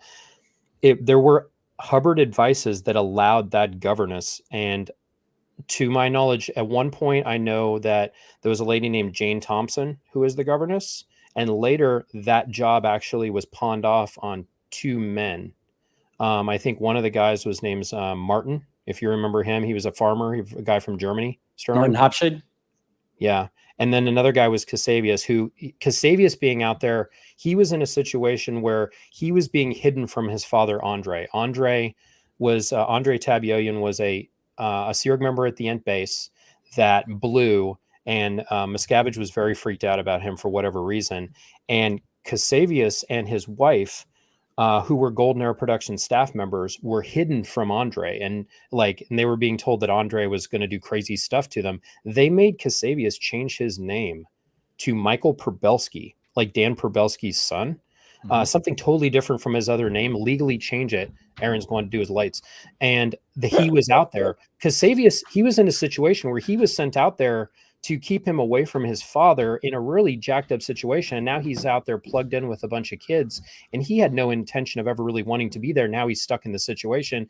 And he's like, okay. And I know he at one point, I think, was put in charge as a governess too. Now, I don't know the specifics of what would happen, but if you're dealing with kids that are having problems, the governess, by Hubbard's allowances on his advices, was allowed to spank the kids.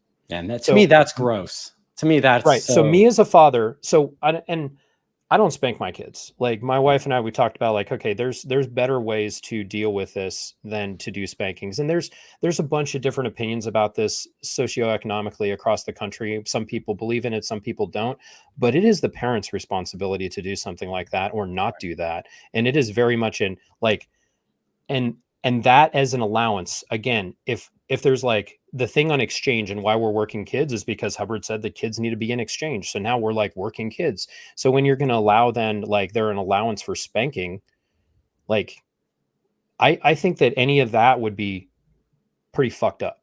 So, and if anybody, like if my kid went to school and I found out that one of them got spanked by a teacher, like aside from there being legal repercussions, like there would be my repercussions, like rolling up on that person, like, hey, you touched my kid, it's on. But I don't think that the parents had any, either they weren't like the children weren't allowed to tell their parents. And then this is just me thinking about it. Like, did the parents have any problem with this? I would think if I was a parent there, and again, I'm looking through things through the lens of the way I look at it now versus there, I would have a huge problem with that. But I don't ever remember parents bitching that this was happening. And I would have a problem now. I mean, back in the day, the principal of a school used to be allowed to paddle the kids. I mean, today that would be unthinkable. And I could never imagine putting my kids in a situation where the adult in charge of them was allowed to decide to hit them. Like for me, that wouldn't, it's not even unthinkable. It's unthinkable. Yeah. It's unthinkable. The answer would be no. I see some people mentioning some of the other ranches that we spoke about in the beginning, like the Mace Kingsley Ranch and Wally Hanks and some of these other ranches. Those were not run by the Sea Org. Those were privately owned ranches, and that's a separate conversation. But those ranches did also have a lot of the sexual abuse. Oh, wow. And I think there was a lot of corporal punishment there, if I'm not mistaken. And Absolutely. There was just anecdotal stuff where we would hear things and people passing said that they had known somebody from that. But from my understanding, Sterling, and you're probably similar to this, we weren't really ever like connected with those or had never gone to them or, like I think you might have gone to a Mace Kingsley school of some sort, but in terms of those ranches, I don't really have anything to share. I was in the wouldn't precursor. Just be very anecdotal. Yeah. I was in the precursor to what the Mace Kingsley Ranch for miscreants would have been. I was in the Mace Kingsley equivalent of the children's RPF at one point, and we used to go pick up trash in Griffith Park every day. But that was off of that was somewhere in Los Feliz, away from the main Mace Kingsley, and that was the beginning of. So I did hear eventually that, oh my God, Mace Kingsley has a ranch to send kids that are troublemakers. Mm-hmm. But yes, no, I was never there. Sterling, tap your mic real quick. Hello. Right. Sounds good. Just bring that thing a little closer to your mouth. Just bring that thing. But you're not frozen, so just to act like you like it. Act like you like it. Wait a second. Wait. Everyone just wait for this. Why does it take so long for you to move your mic? What is going on there? I'm just trying to drive everyone nuts. Here we go. What do you have to loosen a bolt? Here we go. No, I'm good. Guys, hang in there. Come on, guys. It's look at Aaron. You are the Steve Marlowe of YouTube audio. I just want you to sound good, bro. I just want you to sound good. You know Steve Marlowe? But you know who Steve Marlowe is. He was the huge audiophile guy at Gold. Audiophile guy for Dave that used to inspect all the mixes and music before. Dick. And wait, he once told me, wait, shh, Sterling, wait. Do you hear that? I'm like, no, I don't. Because it's not good. I'm like, okay, whatever, dude. I'm not even going there. You're an idiot. He was, that guy was arrogant. Okay, I'm going to get started on him. We got plenty of stories. Wants to see his biceps. Thanks for noticing, though. Hey, I work out. Does a lot of squats, too. Someone's wondering. Don't make me adjust my camera. You don't want to see what you see then. John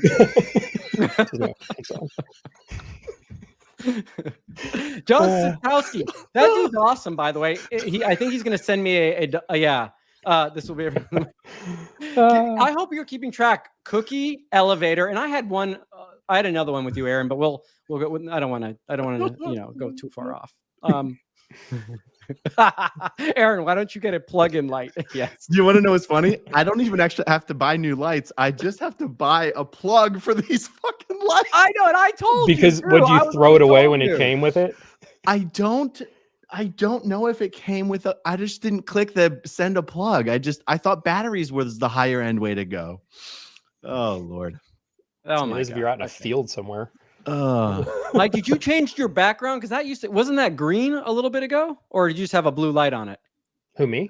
Yeah, your background. Oh, no, I haven't changed anything. I'm still just. Okay. I mean, yeah, I'm literally just against one of the windows. This is kind of a cobbled together situation. I hate that your shit's working perfect. Just here, I'll mess with my microphone just so you don't feel it. Here.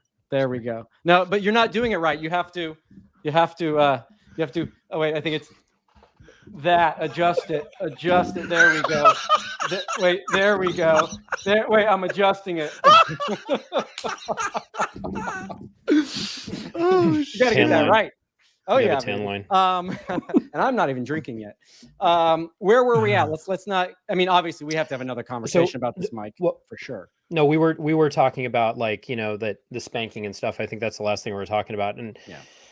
And again, So kind of going full circle, looking from us getting out of LA and that ranch being provided was a good thing initially. And then it turned into something which ultimately probably is a lot of trauma for a lot of people. And I think just in my estimation, the younger you were and the longer you spent there, the more indoctrinated in your formative years when you should have had parental interaction. That parental interaction was being provided by Dan Probelski, Leslie Epstein, Yolanda Avila, and, some other people that are doing renovations work and stuff like that. These are it's not good. No. Yeah. No, it's interesting that you mention no matter what they try to do in the Sea Org to improve things, there's only so far it's going to be able to be improved because the entire thing is fundamentally abusive. I mean, even the idea that you're convincing these people to spend all their time and money on this bridge to total freedom when Miscavige knows there's no such thing as the upper OT levels and full OT. It's fundamentally a con. Now, that's abusive in a different matter, right? What I really meant to say there was, let's take the kids. We're talking about the cadet orgs. We're talking about the ranches. Well, there are no more cadet orgs. There are no more int ranches. And and people will go, oh, thank God. Thank God there's no more kids there. And you go, yeah, but what happened once they outlawed kids? Now Sea Org members are pressured to have abortions, and so because Scientology doesn't care about families, because they don't care about society, because they don't care about normal values, you can fix a little thing here, you can fix a little thing here, but it's always going to end up bad. You get rid of the kids and you go, oh, well, thank God kids don't have to grow up in that environment. And you're like, yeah, now they're just having widespread abortions. Now, and even if to some respects we've been told that they've toned down how much coercion they use, that doesn't mean there's less abortions. It just means they're twisting the arms less hard. There were so many There's so many Sea Org members in Clearwater, Florida, having abortions. They had to start shuttling them to different clinics because people were starting to wonder what the hell was going on. That same thing happened at INT. The one in Riverside was oh shit, that one, because all these people are going in and they all have the same mailing address, and all these girls are going in, and some of them are going in more than once. And I had shared my ex-wife got pregnant twice, and while we were working at Golden Air Productions, and both times had to terminate the pregnancy. That's hard to reflect back on, because if that was the case, I would have adult children at this point because of how young we were when it happened. Right. So yeah, my ex-wife, same thing. And because of a number And of these reasons. are people who would have wanted to have kids if Yeah, just left to their own devices. Yeah, she actually didn't Yeah. tell me she was pregnant. She just went and did it and then told me after. So I had no, like, did you know Sam was going to have to go So get an abortion? The first one, I had to drive her there, and that was horrible because the thing in and itself is horrible, but also outside of these places, all the protesters, and this isn't to talk about one, like somebody's opinion one way or the other on this, but the protesters that are outside of these places with people that are going in with these situations to deal with the billboards and stuff they have are grotesque. So we're there and I was probably 20, maybe 21, and she was probably 19 when we're going in here. Wow. And I mean, I just like this hollow feeling is all I had afterwards.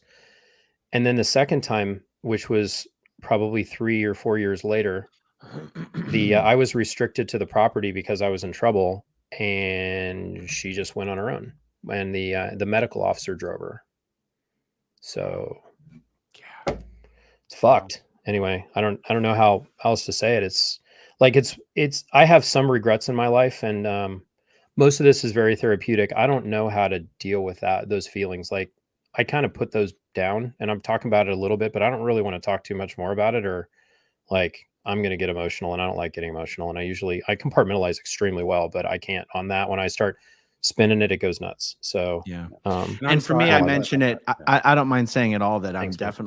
I'm definitely pro-choice, but I bring it up because as an organization, it is so abusive to have a policy that your most dedicated core of workers are not allowed to have children.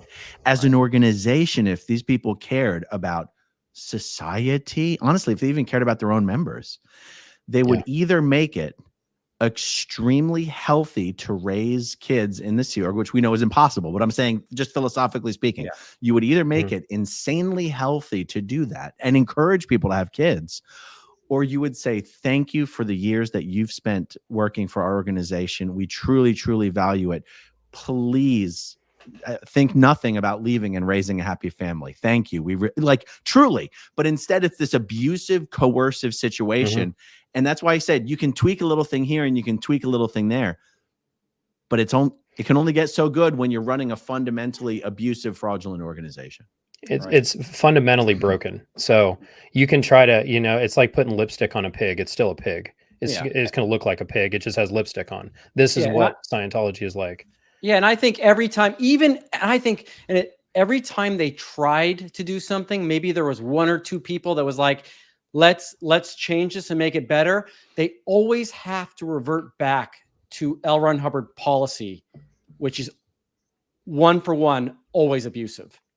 Even like if someone was sticker. like, let's educate these kids and do a good, let's really try to make this a great school. Well, L. Ron Hubbard said, you're just going to do reading, writing, and arithmetic. You're not going to get history. You're not going to get science. You're not going to get anything else. So every time, even if someone wanted to improve some policy that was outdated and inapplicable, just like they had cassettes all the way up into the 90s, just stops things from progressing and being better. It was impossible for it to get to that point because it was written into the scripture that it can't be anything different than what L. Ron Hubbard wanted. And that wasn't what was right for elders, for adults, for children. Yep.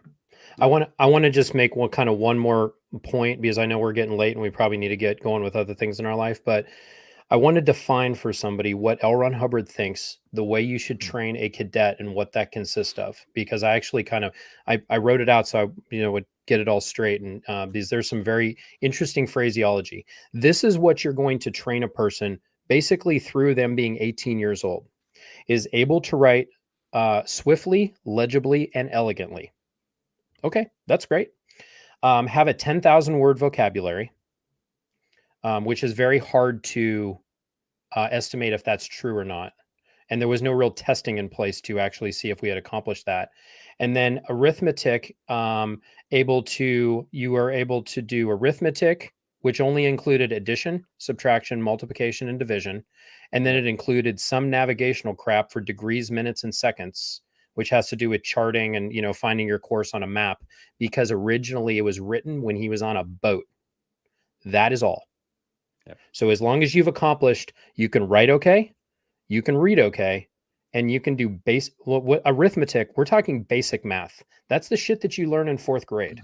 It doesn't include fractions. It doesn't include geometry. It doesn't include algebra. And I know people don't like fucking algebra, but still there's uses for all of higher, like mathematics. What mathematics actually teaches you is logical thought and how to tie things together. And they stopped at the most basic, like count on your fingers kind of shit. And that was the end of it. And there's no social studies. There's no science. There's none of those other subjects, Sterling, that you were talking about, like were even available. So there's no extracurriculars. You're not learning an instrument. Like there were some people with an 8 capabilities. Like I was always good at like operating machinery. Like that's why I'm a good pilot. I would have been good at that no matter what. I will say that Laura, she can sing. She would have been a good singer no matter what. They weren't cultivating those things in it. They would find sometimes like, oh, we can use this person's skill. Like Rickard Rodin that I ran over with my motorcycle. That guy, like from when we were little kids, he could draw. Like he's unbelievably well. He's an amazing artist. Like he was always talented like that. Yep. But these things as like, what do you want to do when you grow up? I want to be a Sea Org member and work at the Ent base. And I heard he used to even. I heard he even used to be able to draw with his feet before. Well, he can still with one of them, just not with the other one, because I ran his ass over. Sorry, Ray, that's the other thing in an elevator. He was drawing with his feet once when I was in there, and okay. Well, you were in there with your microphone, though, right? No, Mike, I so agree with you on that, and like even you wonder why those things work, because I used to call it goose. I called the education system for cadets goose stepping, because really, in the end, all they wanted us to do was follow blindly. And I think like they didn't teach you history, because guess what? If you learned history, you might put together that idea and concept that what you're in is a cult, that what you're in is just another example of, and I hate to go this far, but Nazism. I mean, seriously, Dave is a decent public speaker who riles up everyone constantly. The only similarity I can find in that, and I want to use that as an example because Scientology tends to use Nazism so much against people attacking them, but that is what the closest thing is to it. And you said it earlier, Hitler's youth. We were being trained to do just that. So history wasn't in there at all, except for the brief amount of time L. Ron Hubbard spoke about World War II, and that was it. Otherwise, we didn't get history. Unless you, but he's pumping up the jam about his own service, which was like mediocre at best. Like, you kind of, now that I'm in the military, I'm like, this guy's like, he was only a fucking lieutenant. Yeah. Right. And then when 1980, like okay. So Guillaume's daughters, and you know them, Mike, Chiara Leserve and Laura Leserve, 2 very close friends of mine. When I was overseas in Saudi, Chiara gave me a book, 1984. I had never read it before. Oh my God. Only heard it's about one it. of my favorites, and it's a shitty read, but for all good reasons. You read that, you're going to be miserable for a week after. But there is nothing as close to describe the mind fuckery that is Scientology and the Sea Org and what Dave Miscavige does to his lieutenants and people that have pissed him off than that book. The guy at the end of that book, and I can't remember his name, is my dad. That is what they did to him.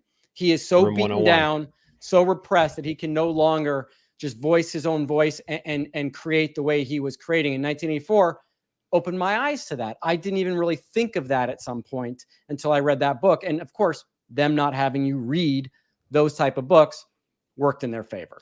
There's no doubt in my mind that's why history isn't emphasized in any way, shape, or form. I mean, when there was this 2-year period from 98 to 2000 when I was living in LA, had nothing to do with Scientology. And I remember sitting down with some friends who had never had anything to do with Scientology. And we watched this movie called Swing Kids, which is about swing dancing under Nazism. And they're, all I could think of the whole time. And the guys, this is when I still consider myself a Scientologist. Mm-hmm. I mean, this was before I was even in the Sea organization. This whole time I'm watching this movie about Nazism and the youth and the lack of freedom and people reporting on each other. And all I'm thinking of is, this is Scientology. This is the Sea organization. Wow.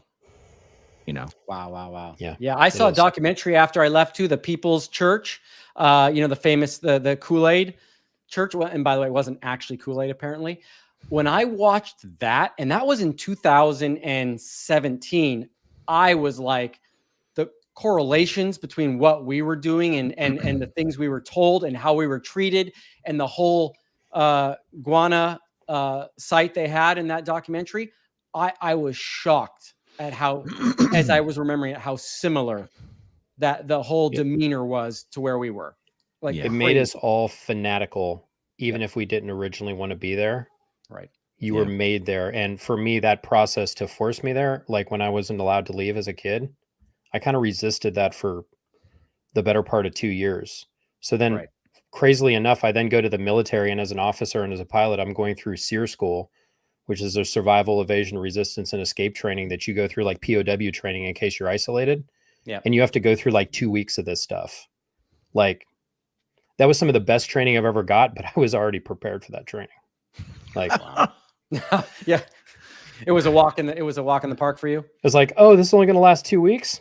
You're like, hey, there's no e-meter in my interrogation room. This is going to be a breeze. I don't even have to worry about answering shit. It wasn't a breeze. Like, that was some serious training. But at the same time, the most of the stuff is psychological. So if you're already conditioned to be able to endure psychological abuse, like, that's the main thing that people have to get over. It's not the physical discomfort as much as it's the psychological aspect. And to be clear, on my bookshelf here, I've actually got 1984 right above Mike Rinder's book, because I think those two books should be close together.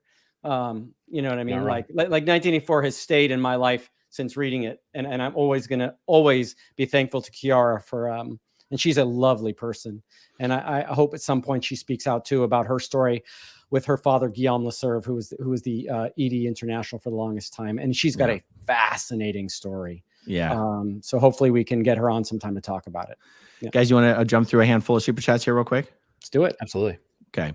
Christy Lynn, thank you. Donna Blair, thank you. Gary Jackson Moorhead, thank you. In the house. Gary again. Hey, boys, great work by all. Jolene really liked the gun show. Too much eye candy for one live. Osa, eat your heart out. There you go. Okay. Chaz B. So many of the former Scientologists are such well-spoken, charismatic personalities. Is there something that is done practice in Scientology that hones public speaking, oral communication skills? Good question. What do you guys think? So there's the training routines and the TRs, but I don't know that that's addressing public speaking. I think that mainly makes you compliant and malleable. I know for me, public speaking was occurring on the jobs that I was at when I was at Golden Era Productions, because I had to stand up in front of people and report statistics and then go and address things. And now in my current job, I actually do a tremendous amount of public speaking, but on a small level, like with a class at a time. But I don't know that I was a very good speaker when I left Scientology. I've become better in the last 20 years while I've been out of it.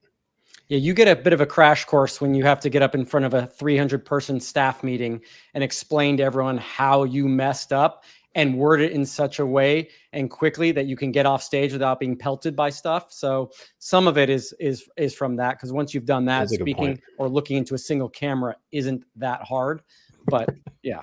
That's right. Yeah, and my experience on staff and in the Sea Org required me to address large groups of people very frequently. So. Okay, let's see. The Grateful Zebra. I'm new to learning all this, and I'm physically ill listening to what Mike has been through and all these young people. I'm literally about to vomit while I'm crying. As a mom and grandma, I have no words.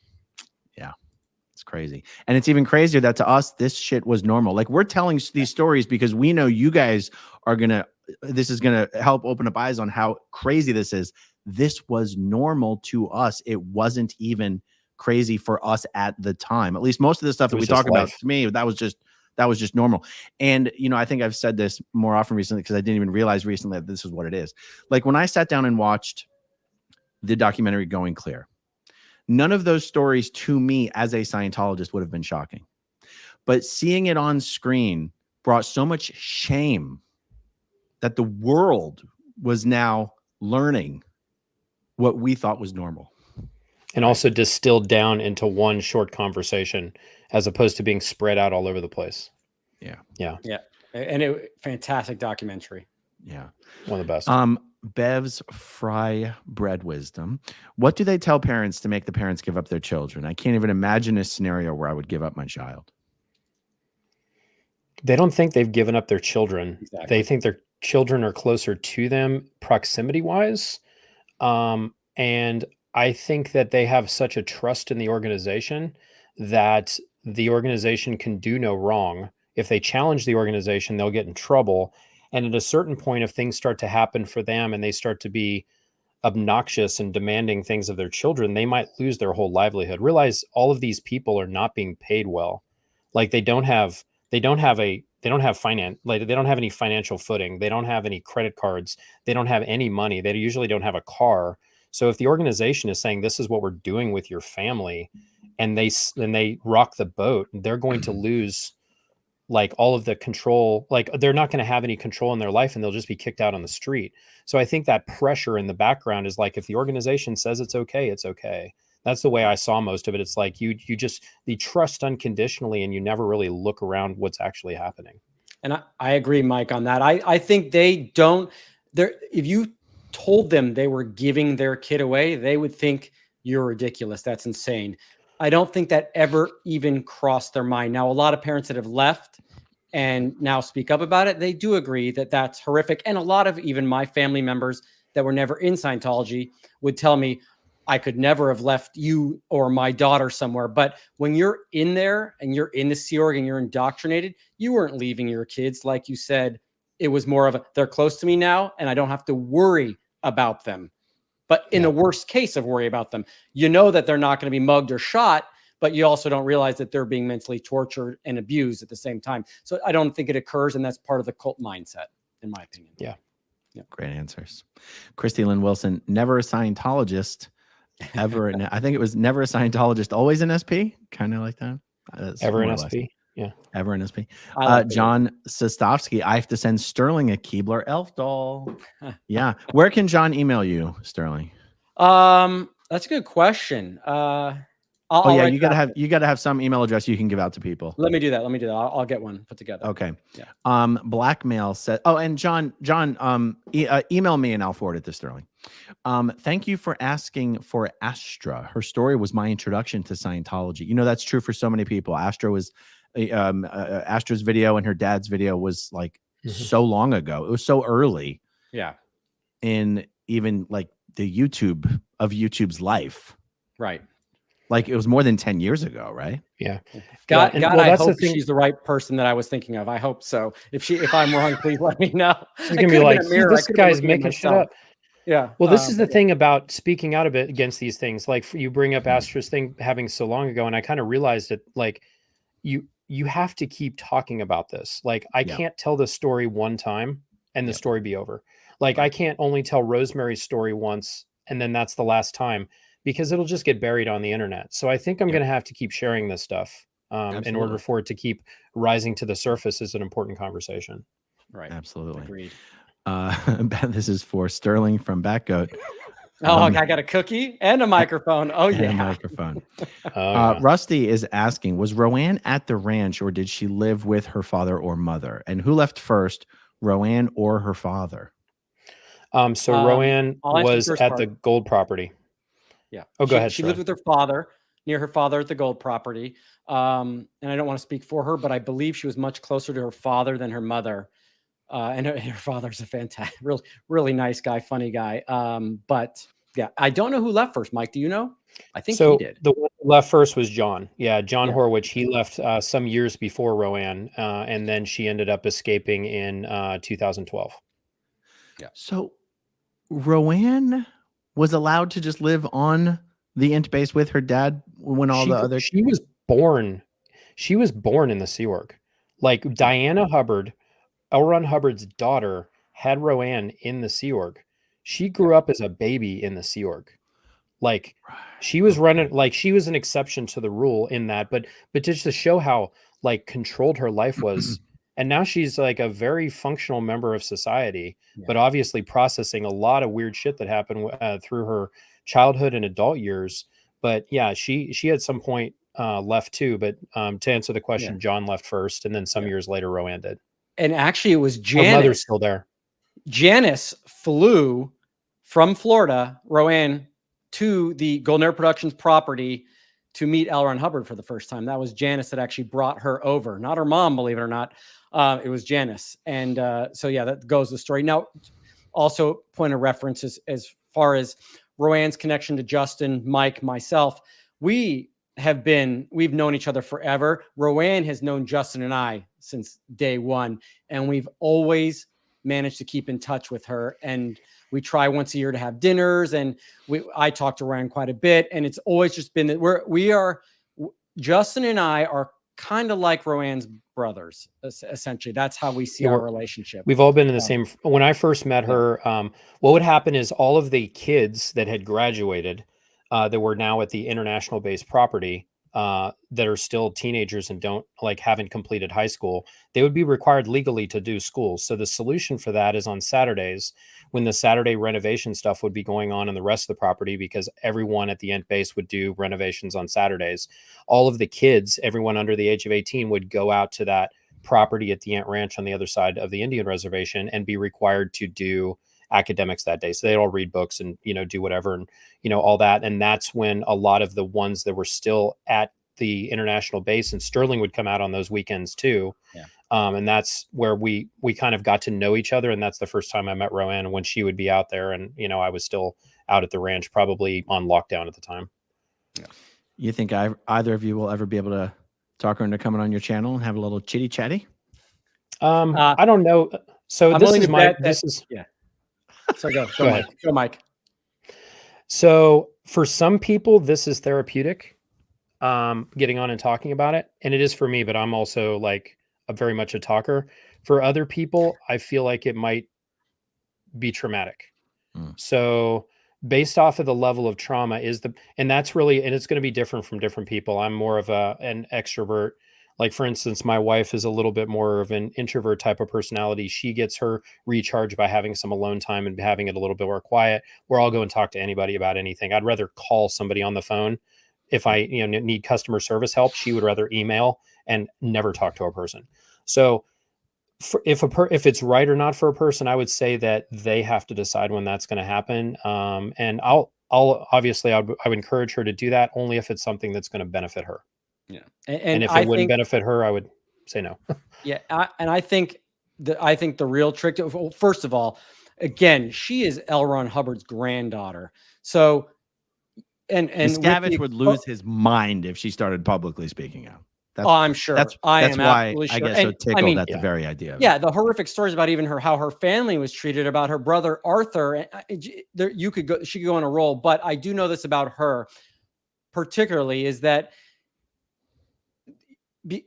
because of the exposure of Scientology at this point, if she says her name to someone or goes to do something, they're going to know who she kind of is. And that sort of changes the dynamic of how she's treated. And she, in my mind, my opinion, no longer wants to be part of having that stigma attached to her. And that would be the first reason why I would think she may not speak out. But I also think that if Justin eventually comes on here, no pressure, because it's his life to live, that the Yeti, that some other people may follow, the same way that when Aaron, you got me to come on here, and I had to get over my anxiety and comfortability with doing this, even though, like Mike, I love talking. I think it begins to snowball. So other people in my age group, in my bracket, will start also becoming more comfortable with it, because, hey, look, someone I know that I'm even more familiar with is doing it. Right. That makes sense. Totally. So we'll see. By the way, for new viewers who may not know, that this Justin you speak of, he's not just your brother, he's your twin brother. Yes. And I think instead of calling him Sasquatch, I might just start calling him the other Sterling until he decides to come on. And okay. And for those of you, Sterling found his channel. Here it is, the Build It channel. This is the other Sterling's YouTube channel. And if you want to see what the other Sterling looks like, it's wow. Hold on. Yeah. No, leave it. You should have left it up. Why does he look nothing like you? They're not identical twins. Not even close. I mean, we're fraternal twins. So essentially, we're just brothers. I mean, even though we were born. You're fraternal twins. You're not just brothers. You're twins. But, a fraternal twin is just, I don't have. They occupied the same apartment for at least. It's just they are different twins. eggs. I have twins. Yeah. I have twin girls. You're twin. Yeah. Yeah, they're identical. I didn't know. You have identical twins? Yeah. I Isn't that do. crazy? They're gorgeous. Oh, I Yeah. wanted twins so bad. Every single time I was like, please be twins, please be twins, please be Really? twins. Oh yeah. Did you have twins in your family before though? Like, because it skips a generation. I've heard. He Dude, was a twin, dummy. I was a twin. Wait a second. I know that, Aaron. Sorry. No. Do you have twins in your family, Aaron? I mean, Sterling's blood sugar is getting a little in low. my He was defense, exercising I one have morning. never met Aaron's, and Aaron, you know, I You never knew my brother. You never knew I my never knew brother. your brother the same Yeah. way you don't know Justin. So it hasn't occurred to me. I don't think that. But again, I don't want to lie. Dude, how about twins running all three of our families? That's insane. That is crazy. And we're all on That here is chatting it up. crazy. Wow. Black t-shirts and everything. Now it makes sense. Navy blue. Two Navy black blue. t-shirts. Yeah, navy blue. And I'm going to edit this video after to make sure it looks really blue. So I can I separate mean, you look myself like a gentleman to me. from the servant Yeah. class. From the Yeah. servant class? He's such a dick. Man, that guy. Oh my goodness. I have some more stuff coming up about him soon because he's a dick. The twin incident. I love how he's keeping track of these. Thank you so much. If Sterling came up to me in an elevator and said, "Do twins run in your family, Aaron?" Yeah, that would be the twin incident. Yeah. Right. Oh Lord. Yeah, even Mark said that in interview. He was like, I told this story about something dramatic that happened between him and I, and he's like, "That's it?" I said, "Yeah, I remember. You were a complete dick." "Yeah, but I thought I hit you or something." I said, "No, I just yelled at you." "Yeah." And he goes, "I don't know what you're talking about. Then that's just not that important." I'm like, "Okay, whatever." A lot of Sterling stories do end that way. That's it? That's it? Really? No, except for my What? Dave ones and my Russ Bellin Super ones. glad. Now, Mike, Yeah. you remember Russ Bellin, I do. and you know that He was the only actually- person that ever smacked me, right? Yeah. Okay. I don't think I was there for that, but I remember you telling me about it shortly thereafter because we were on a similar lines. Like you would create the artwork, I would then be doing the manufacturing of it. You and I worked together for years, and we were also roommates when we were working at Golden Era Productions. That's I right. remember I was in the back in one of the back rooms with Samantha, and then there was Seth Price and Mamika. And then you and Suzette were in the converted bullshit room that was in the front. The cardboard room shared a with no bathroom. soundproofing. With no soundproofing. Yeah. I Yeah. still don't make any noise today when I have sex because of that. So thank you so much for that trauma. Wonderful. Now we're all traumatized with you. Thank you. Sterling, neither does your partner. Yeah, right. Have you heard about silent birth? Silent sex is the other thing. It's a Scientology thing. I'm okay to laugh at myself. I'm good with this. I've gotten over that. Hey, it's still better Like than a Mark tuna 6 can. centimeters, man. Let's be honest. They're either that dead was asleep or they're nuts. getting it on. It sounds the same. You never know. Can I just go back to adjusting my microphone so I look infinitely cooler here? The TMI incident. Oh shit! He's so good. He's so quick with him. Oh my god. That's awesome. He's awesome. Okay. Oh gosh. All right, guys. This has been a lot of fun. Let's do this more often. All right. Can someone sure. post Justin's channel? Someone asked. Yeah, for sure. And hey, I did. I know. I don't know why I'm reading this thing. Yeah. The Build It channel. No, he actually does amazing woodworking. So go show him some love. Like he is a professional that does really interesting stuff. And yeah. So I know I watch all sorts of weird videos that have nothing to do with things that I thought I'd be interested in. Yeah. And Justin has stuff like that. Yeah. But to be honest, if you're not into the construction stuff, his videos are boring as shit. He is so good at what he does. But I want to shoot myself, but please go check it out anyways. Yeah. Oh my god. Sorry. Oh shit. Oh my god. You know, I'm not into construction or plumbing, but I'm addicted to some construction and plumbing channels. There's one guy who begins all of his videos with "Hey, broskies and broskets." It's like NYC plumber or something. It's so funny. It's so funny. You can make good construction videos. We'll help Justin. We'll help Justin. Now we have to watch the videos. You're like, if you don't like his videos, they're boring as shit. Oh my No, god. but Justin's the fun. That's Mike, brotherly He's love. gonna kill you. Now you're getting a phone Yeah. call after this Yeah. video's over. Justin's the funny one, though, right? Mike Justin is absolutely the funnier brother. 100%. The guy is He is hilarious. super. Like Yeah. has a very snide personality, and Yeah. he's very witty.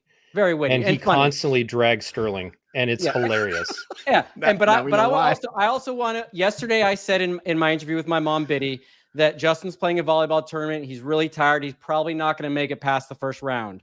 So I want to retract that because Justin actually won 4 out of 5 of his matches, made it to the Wow. second round, but because he was too tired, went home anyways. But he did make it past the first round. Bravo, Justin. Good job. Good job. Love man. you for that. Oh my God. All right, guys, let's do this again soon. Thanks everyone for hanging out with us this Sunday evening. Thanks as always to everyone who watches until the very end. And we'll talk to you soon. See you guys later. Okay, if you See ya. want to see my rock and roll songs, click right on this guitar. And if you want to see a different one of my videos, oh, dancing by my love, then you could click right